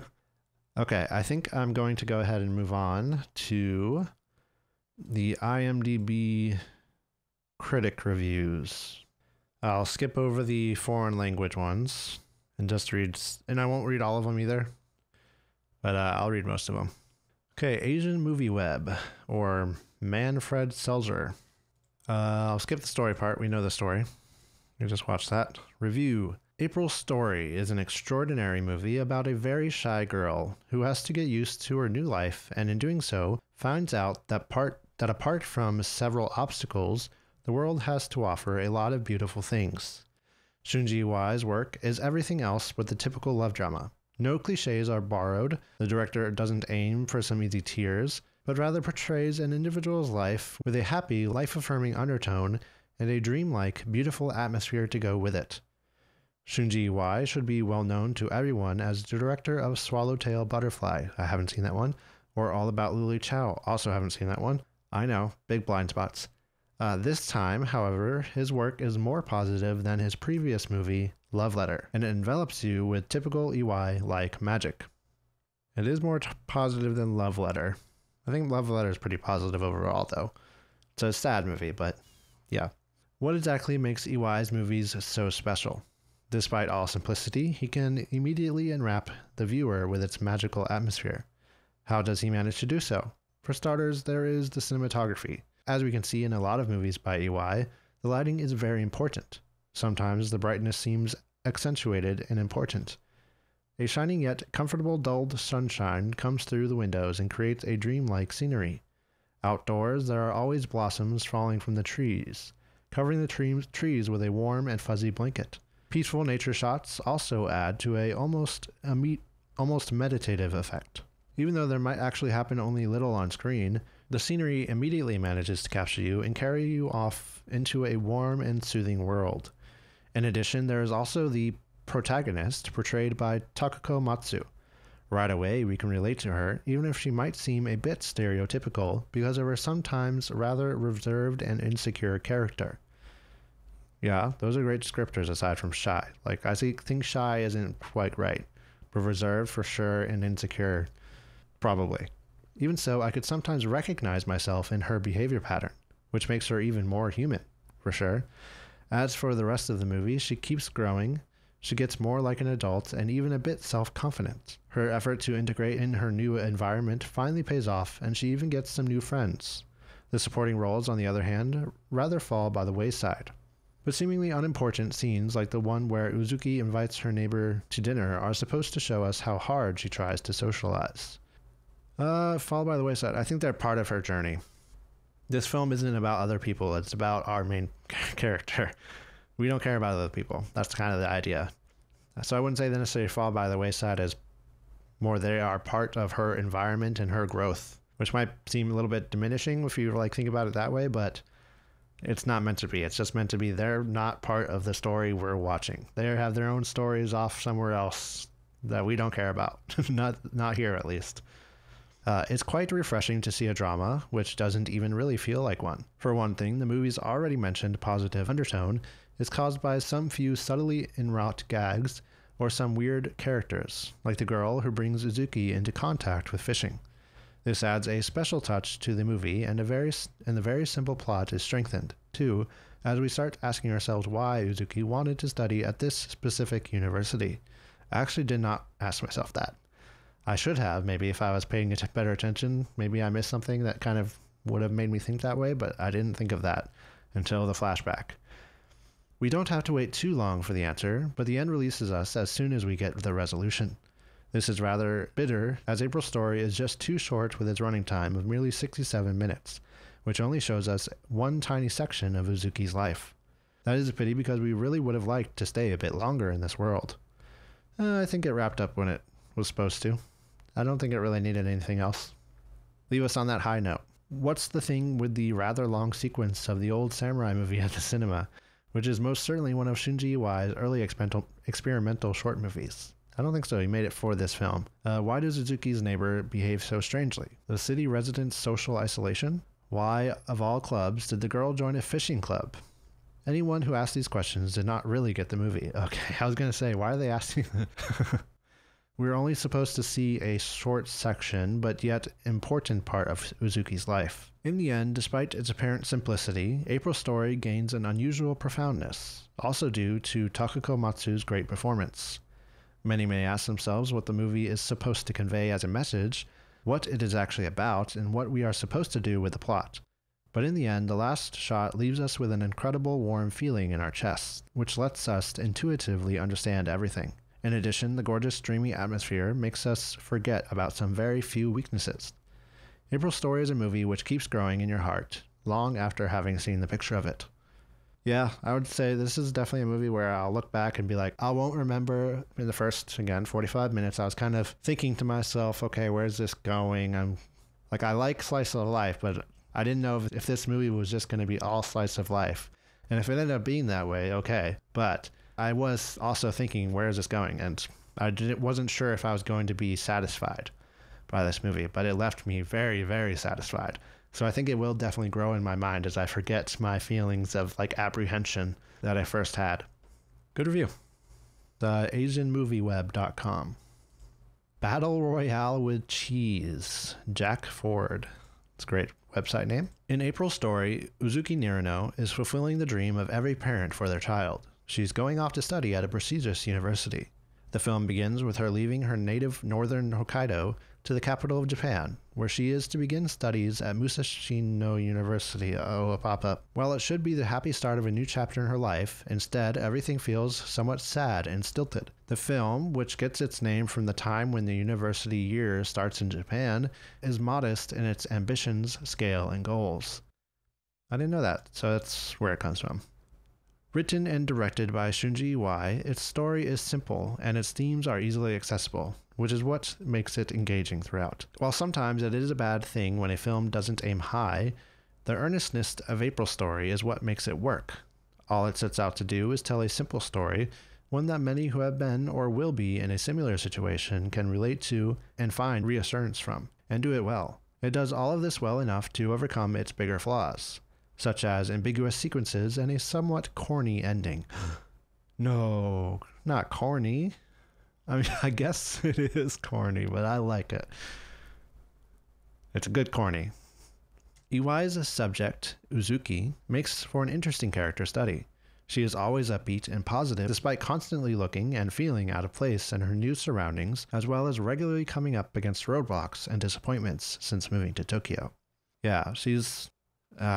it's weird because she is upbeat and positive, but at times you're like, maybe she's not, because she doesn't seem like it right now, but also she is at the same time. It's kind of weird. I don't know how. That's an interesting performance that she did.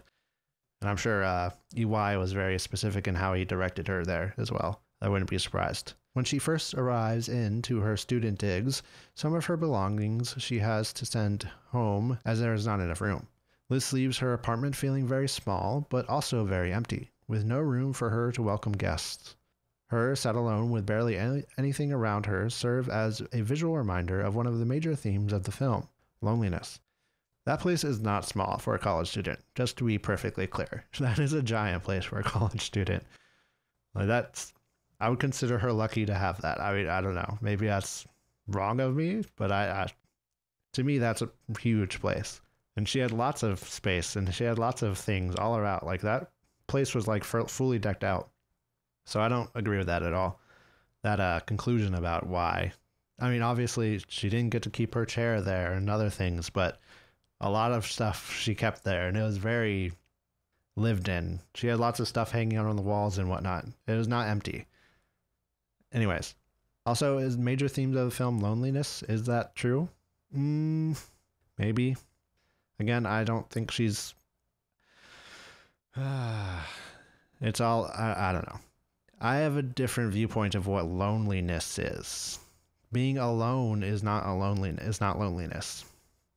And she is also not alone for a lot of the film. So, I don't know. I think that's up to your interpretation of it. While Uzuki is ready to make new friends, despite being good-natured and congenial, doesn't find it easy talking to her peers. Her interactions with others can be cringe-inducingly awkward, and she never seems to be able to make any real connections. She makes just one friend, Saeko Sono, though her companionship seems to come from a place of pity. Really?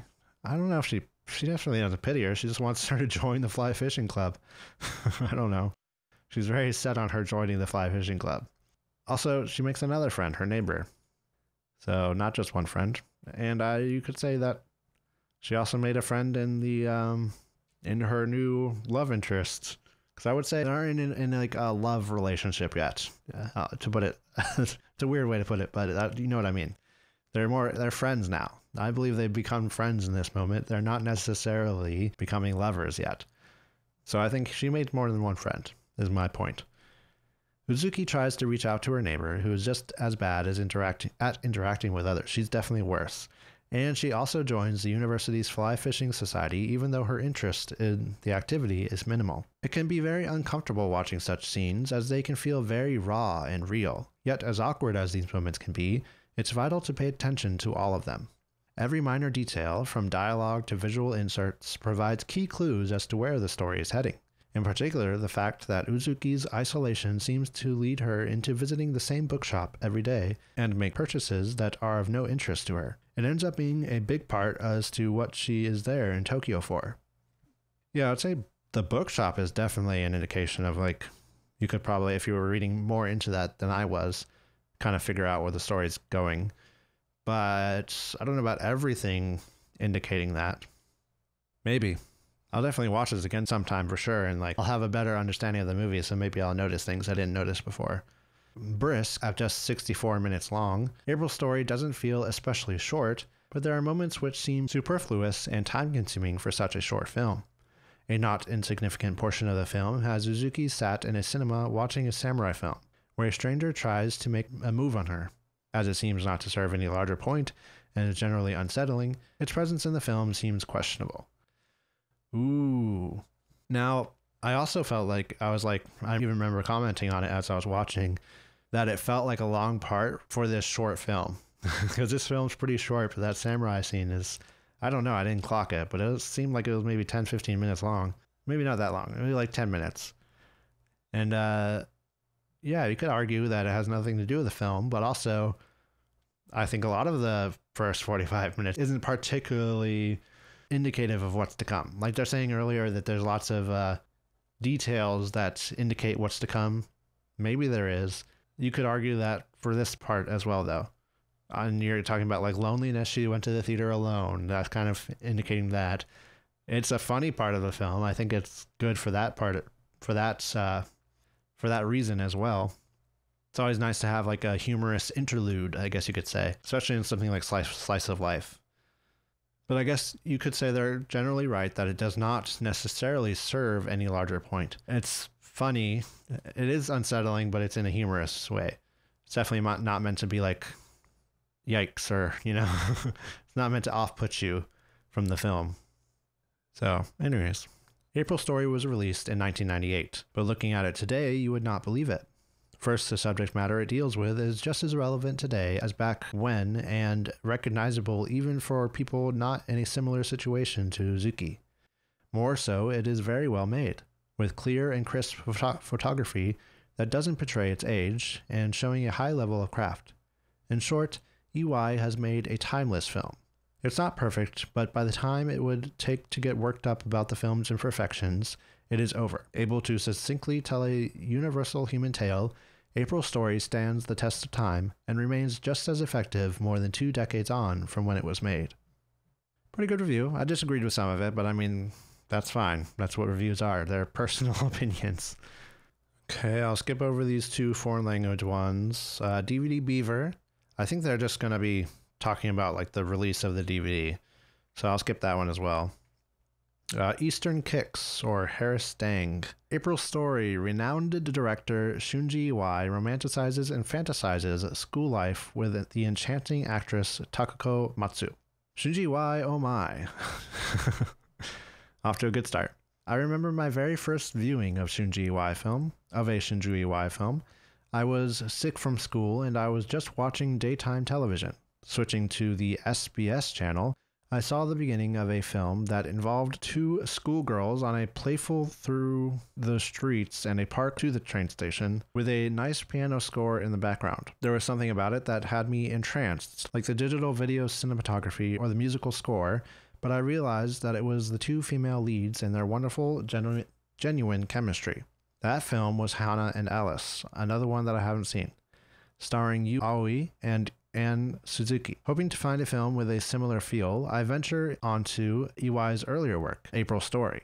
Because I've recently graduated from university, and I do kind of miss those times of stress, fun times and socializing in the areas, and I thought this would be the perfect film that could satiate my mood. The film starts off with Uzuki Narano on a train, which is, I'm going to skip over anything that seems like explaining the story. There we see her chronicles, obstacles, and revelations, a part of her university life that develop her as a person, as well as our involvement and immersion of the character in the film. A slice of life film is, in my definition, a film that depicts a true-to-life event in a character's life that defines the lead character or foreshadows a path that the character will truly become. That could be used really for, I don't know, I think that's a bit too vague. That could be used for like any story almost. It is a hard thing to explain. I'll give them that. I'm sure there's a good definition out there somewhere, but I've never really bothered to look. April's Story is exactly that. And clocking in at 64 minutes, it accomplishes so much that you alternately feel completely satisfied and wanting more by the time the film ends.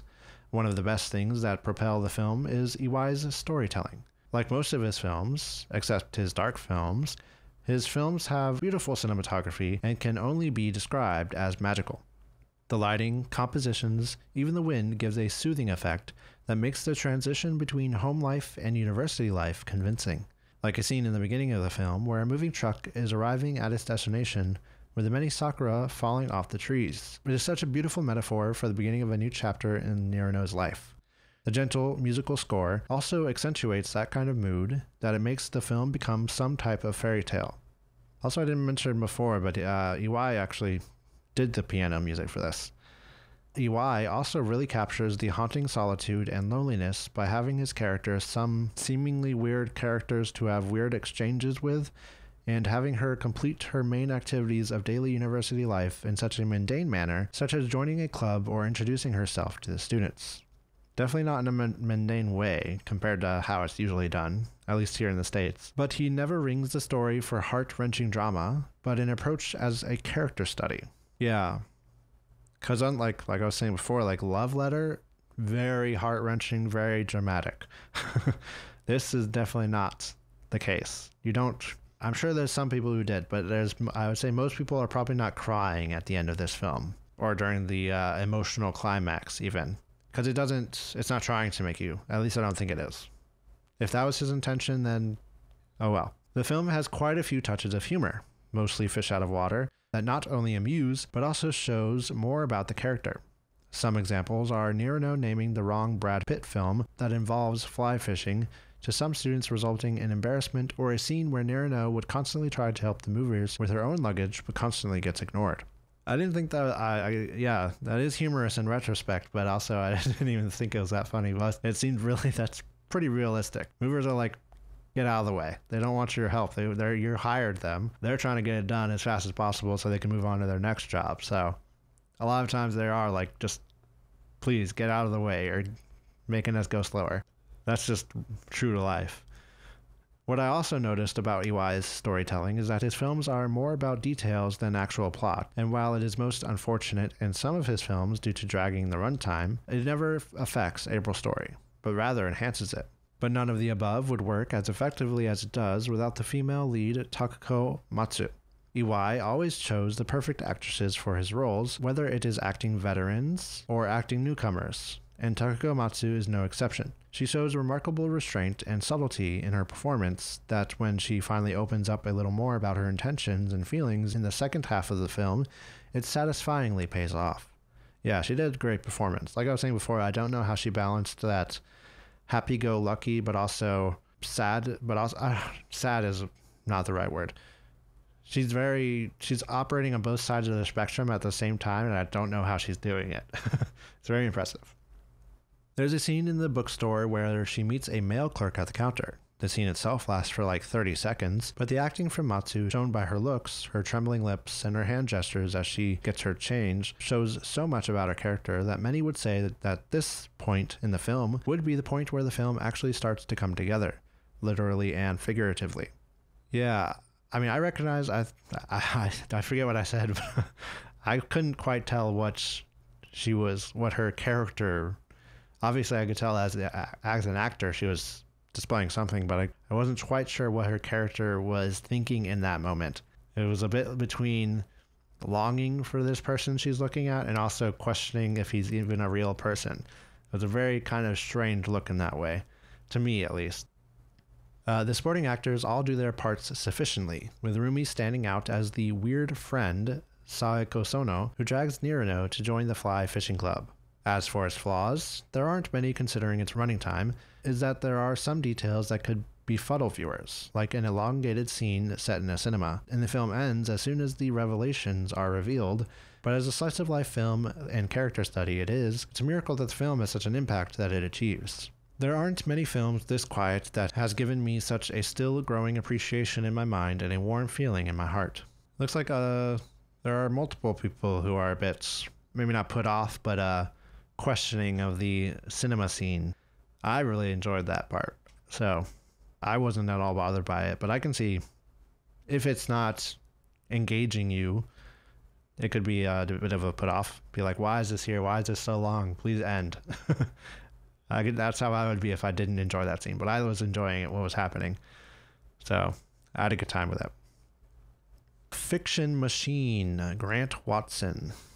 There's a lot of great reviewers out there. Uzuki Takako Matsu is a quiet and underconfident young woman who makes the move from Hokkaido to Tokyo to study at university. She struggles to make friends and fit in, all the while dwelling on the reason, initially unknown to the audience, why she selected to study so far from home. April Story is a Japanese romantic drama written and directed by Shunji Iwai. To a large degree, it simply does what it is that all Japanese dramas of this type do. Uzuki is a very traditional, essentially stereotypical protagonist.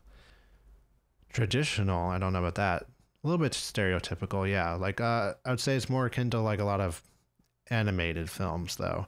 And see, I'm not big on, especially the television shows coming out of Japan in the past 20-ish years. The romantic dramas, it's very much, there's very cookie cutter. They all look very similar. Very off-putting to me. I don't like this at all. But also, she as a character is a little bit similar to a lot of those. So I can see that stereotypical assessment. She quietly struggles to settle into her new life in Tokyo. She does not seem capable of making friends, mainly due to being too shy and insular to speak up or be more outgoing. The film is also near crippled by an incredibly cloying and twee piano-based score. Ugh, no. Again, pretty much a stereotypical take on this sort of film. No, I love the very simple, twee piano-based score. I like that, though. It was good. Oh, no. I don't know if that's stereotypical. Usually it's a bit more dramatic than it is in this film. On the other hand, it is remarkably short. From opening titles to closing credits, the film runs less than 70 minutes. This stuff all becomes more tolerable if you're only exposed to it for a brief time. It is in the finer details that the film is at its best. Upon arriving at her one-room apartment, Uzuki discovers there isn't enough room for all of her possessions, which comically stack up around the place until there's hardly any room to get in or out. After struggling to find a university club to join, she winds up enrolling in a fly fishing group at the suggestion of a sort of friend who regularly chats to her but doesn't seem to ever remember her name. There are a string of fairly episodic scenes as she tries to adjust and relax and have fun. In one fairly unusual sequence, Uzuki goes to an old samurai movie at the local cinema. The film focuses on the film she is watching for a bizarrely long time, for reasons that are only really alluded to much later in the piece. Rather impressively, the film within a film was specifically created for April's story. From a glance, you would not know it.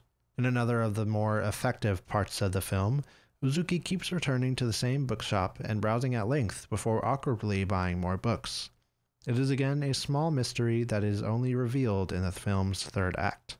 The film is, despite its flaws, very effectively shot. Iwai uses a variety of different angles and setups to highlight Uzuki's various emotional states and situations. Early scenes are filtered in such a way as to seem almost dreamlike, emphasizing Uzuki's uncertainty and confusion in a new city. Takako Matsu plays the part extremely well. This was her feature debut in a leading role, and she has since established a long career in Japanese film. Despite numerous problems, chiefly playing in a field that has been effectively strip-mined of any original ideas, April's story ends on a wonderfully engaging and uplifting note. Iwai's story of choices are ultimately fascinating ones, focusing not on a cliched romance, but on the hesitation and doubt before that romance has even started. The film's conclusion makes the earlier, more frustrating scenes much better in retrospect. It is a strange film as a result, much better when remembered than when seen. Well, I would say this review was a little bit harsh perhaps, but well written, and I think they have good points with what they're saying, even if I don't necessarily agree. So that's always good. When a review is not exactly in line with you, but they present it in such a way that you can see what their point of view is, I think that's really well done. So good on them. Yeah, I don't really have much to comment on this that I haven't already said. Okay, up next we have J-Film Powwow, Chris McGee. I'd read a bit about Shunji Iwai's 1998 film April Story, and I'll be honest with you, I wasn't looking forward to watching it. While I loved Iwai's follow-up film to this one, 2001's All About Lily Chow, I hadn't been a real fan of his other films, and the thought of a romance about a young woman from Hokkaido who follows her unrequited high school crush by enrolling in the same university he is attending just didn't thrill me. I'm not fond of Asian drama films, i.e. hyper-dramatic, emotionally manipulative Harley Quinn stories, and that's how April's Story has been pitched. Regardless, I popped it into the DVD player to have a look, and ultimately I'm glad I did. Yeah, we're on the same page here. I don't know about Harley Quinn stories. I don't know exactly what he means by that, but yeah, hyper-dramatic and emotionally manipulative, for sure. Instead of watching the young woman, Nirino, played by the Hidden Blade's Takako Matsu, sigh and batter eyelashes at a hunky young man for the whole film, Iwai chooses to show us Nirino's first fledgling steps as she leaves home. The first frame of the film is a shot of the actress's real family bidding her farewell at a snowy train station, and from there, we follow her on her journey to independence. No mention is made as to why Nirino has chosen to attend a university so far from her home. The director just shows us, with gentle humor, Nirino trying to help the movers squeeze all of her possessions into her tiny apartment, giving small gifts to her new neighbors like any polite young Japanese woman would. Stopping into a local bookstore for some mere reading material, even catching an old samurai film to kill some time. All things that seem so inconsequential, but that seem pregnant with freedom and possibility for someone who's living on their own for the first time. Yeah. Yeah, going to the theater on your own for the first time, when I did that, revelation. I loved it so much. Before that, I had always gone with friends or family or whatever. I almost don't ever want to go to a film with friends again. Alone is just such a better experience. For me, anyways. I get so much more out of it. Honestly, I didn't question why she went to Tokyo for college, for university. Mostly because I think Tokyo is kind of a hub, so it makes sense. Obviously, there's universities in Hokkaido. I'm sure good universities too, but it also, I don't think it's out of the ordinary for people to go from, Japanese people to go from somewhere like Hokkaido to all the way to Tokyo for university. That seems like something that would be pretty normal to me, anyways. I'm not too sure if that's actually the case, but to me it makes sense. When she starts school, she's befriended by a sullen young woman, Saeko, who, even though she has problems remembering her name, encourages Nirino to join the fishing club, which Nirino simply to try something new. Sullen? Saeko's not sullen. She's a little bit crazy, I guess, but she's not sullen. It isn't until one afternoon when Saeko asks if Nirino has a boyfriend does her backstory come to light. How her high school crush enrolled at this university and is working in the bookstore she frequents. I won't give away the ending, but suffice to say it's happy. But as someone in their mid-30s, watching it, I knew that ultimately didn't matter what the outcome of Nirno's romance was. Young love is intense, but it burns out quickly. What was important and interesting was whether or not she stays interested in fishing, or whether she becomes friends with her shy neighbor who she invites over for dinner, or whether or not she remains close to her family who live at the other end of the country. She may have decided to go to school in Tokyo for a boy, but as John Lennon said, life is what happens to you while you're busy making other plans. Okay, this is a little bit of a more cynical look at the romance part of it, but I think they're right, ultimately. Like, they don't even show them really getting together. Like I said before, they become friends at this moment, but they don't necessarily become lovers yet, or romantically involved. I think you could say, in that sense, all of the stuff going on before this and during this is kind of additive to her experience. It is additive. It is. So, yeah, I think this is a pretty good conclusion of the film. This isn't a way I've seen many people put this film, so that's interesting. A new perspective, and this is why, again, I love reading reviews. You get different people's perspectives, and a lot of times you get similar stuff going on, which is fine, but then you get other people who are pointing out things that isn't being pointed out by many others. Good review. Nerdly, Elaine Elliott. Even though I would call myself a fan of Asian cinema, the reality is, if it isn't horror or animated, I probably haven't seen it. So I was thrilled to get the chance to watch 1998's April Story at this year's Fantasia Fest. On the face of things, April Story is a very simple movie and not a whole lot happens. In spring, a girl, Uzuki Nirno, leaves the island of Hokkaido and her hometown to attend university in Tokyo. And that's kind of the whole story. We follow her as she struggles a little with being out of her comfort zone and the city not being quite as fantastic as she hoped. But this is not a sad story. Far from it. We see her loneliness and anxiety in new situations, but we see them so it feels even better when we see her overcome these things. And she does. This is a happy story. Although it is well written and engrossing film, it is helped along with seemingly effortless performances from its cast, and none more so than the lead Takako Matsu as Uzuki. April Story isn't exactly heavy on the dialogue, but what little Uzuki says is important and perfectly acted. But the acting is even greater in the small moments, such as her trying to help the men moving her belongings into her new room, or uneasiness and second-guessing of herself in slightly stressful situations.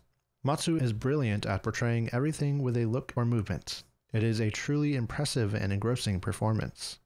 Shunji Iwai is an experienced director, even in 1998 when the film was released, and he had a brand new movie at this year's Fantasia Festival, the brilliantly titled The 12-Day Tale of the Monster That Died and Ate. His experience shows as April Story looks beautiful, expertly showing how a new city and its surroundings can be both beautiful and terrifying. This is the first film of his I have seen, and I will definitely be checking out more. April Story is only about 70 minutes long. Too short? Maybe, but only in the way that when it ended, I desperately wanted to see more. I wanted to know what was going to happen with these characters, specifically Uzuki. But I'm sure that would have been the case at whatever time period in her life the film ended. The key part to how it ends is that you feel she is happy and that things are going well and will continue to go well for her in the future.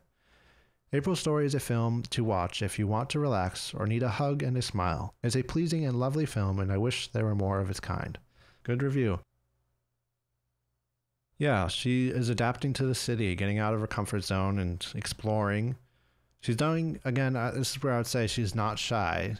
Shy people aren't necessarily going out and exploring to, grow their surroundings, trying to grow their experiences. Like she is. She's going to the park and reading a book. She's going to the bookstore, of course, many times. Going to the theater by herself. She joins the fishing club. She could have easily not done that. So she's not shy. I just want to be clear about that. Anyways, good review. Okay, my voice is going, so I'm going to go ahead and go to this last one, which is Windows on World, done by Haley Scanlon. I'm doing this one because Windows on Worlds is a great website, and I read a lot of Haley Scanlon's reviews. She's very good at her job. I highly recommend also reading her reviews. Shunji Iwai's wistfully nostalgic coming-of-age drama, April Story, opens with a POV shot as its heroine awkwardly waits for her train to depart, while her family, assembled on the platform, look back at her anxiously before the train door closes and the carriage begins to move. The girl says nothing but places a hand on the glass, freezing amid the snows of Hokkaido, as if bidding a silent goodbye, now all alone as she makes her way towards her new life in the capital. Shot with breezy, soft focus associated with Iwai's early work, the film positions its heroine's growth alongside the blossoming of the cherry trees, which in contrast to many other nations in Japan, mark the beginning and the end of a school year. Shy and somewhat reserved, Uzuki does her best to seem grown up, managing the moving men while insisting on helping, but mostly just getting in the way of their work until they finally tell her that, like many students, she's brought far too much stuff, and there's no way it's all going to fit in her modest 2-room flat. There's 2 rooms? See, that's not a small place. She makes sure to introduce herself politely to her new neighbors bearing gifts, but is met with a wary indifference from the woman across the hall, perhaps more accustomed to city living and less likely to be instantly trusting of a stranger. At the university, some of her fellow students treat her like a country bumpkin, asking stupid questions like whether it's cold in Hokkaido, and making fun of her snazzy jumper, which is a little too heavy for Tokyo at the start of spring. In the cafeteria, she takes it off and hangs it around her waist, embarrassed by her early fashioned faux pas. One of the other girls, Saeko, attempts to befriend her, but as it turns out, Uzuki has other things on her mind except for study, and in fact, Saeko may have an ulterior motive, too, that neatly reflects her own in looking for fresh recruits for the fly fishing club. In any case, it's as if the world gradually opens itself up to her. Uzuki riding the wide streets of the city on her bicycle, through parks and under cherry trees before making her way to a particular bookshop.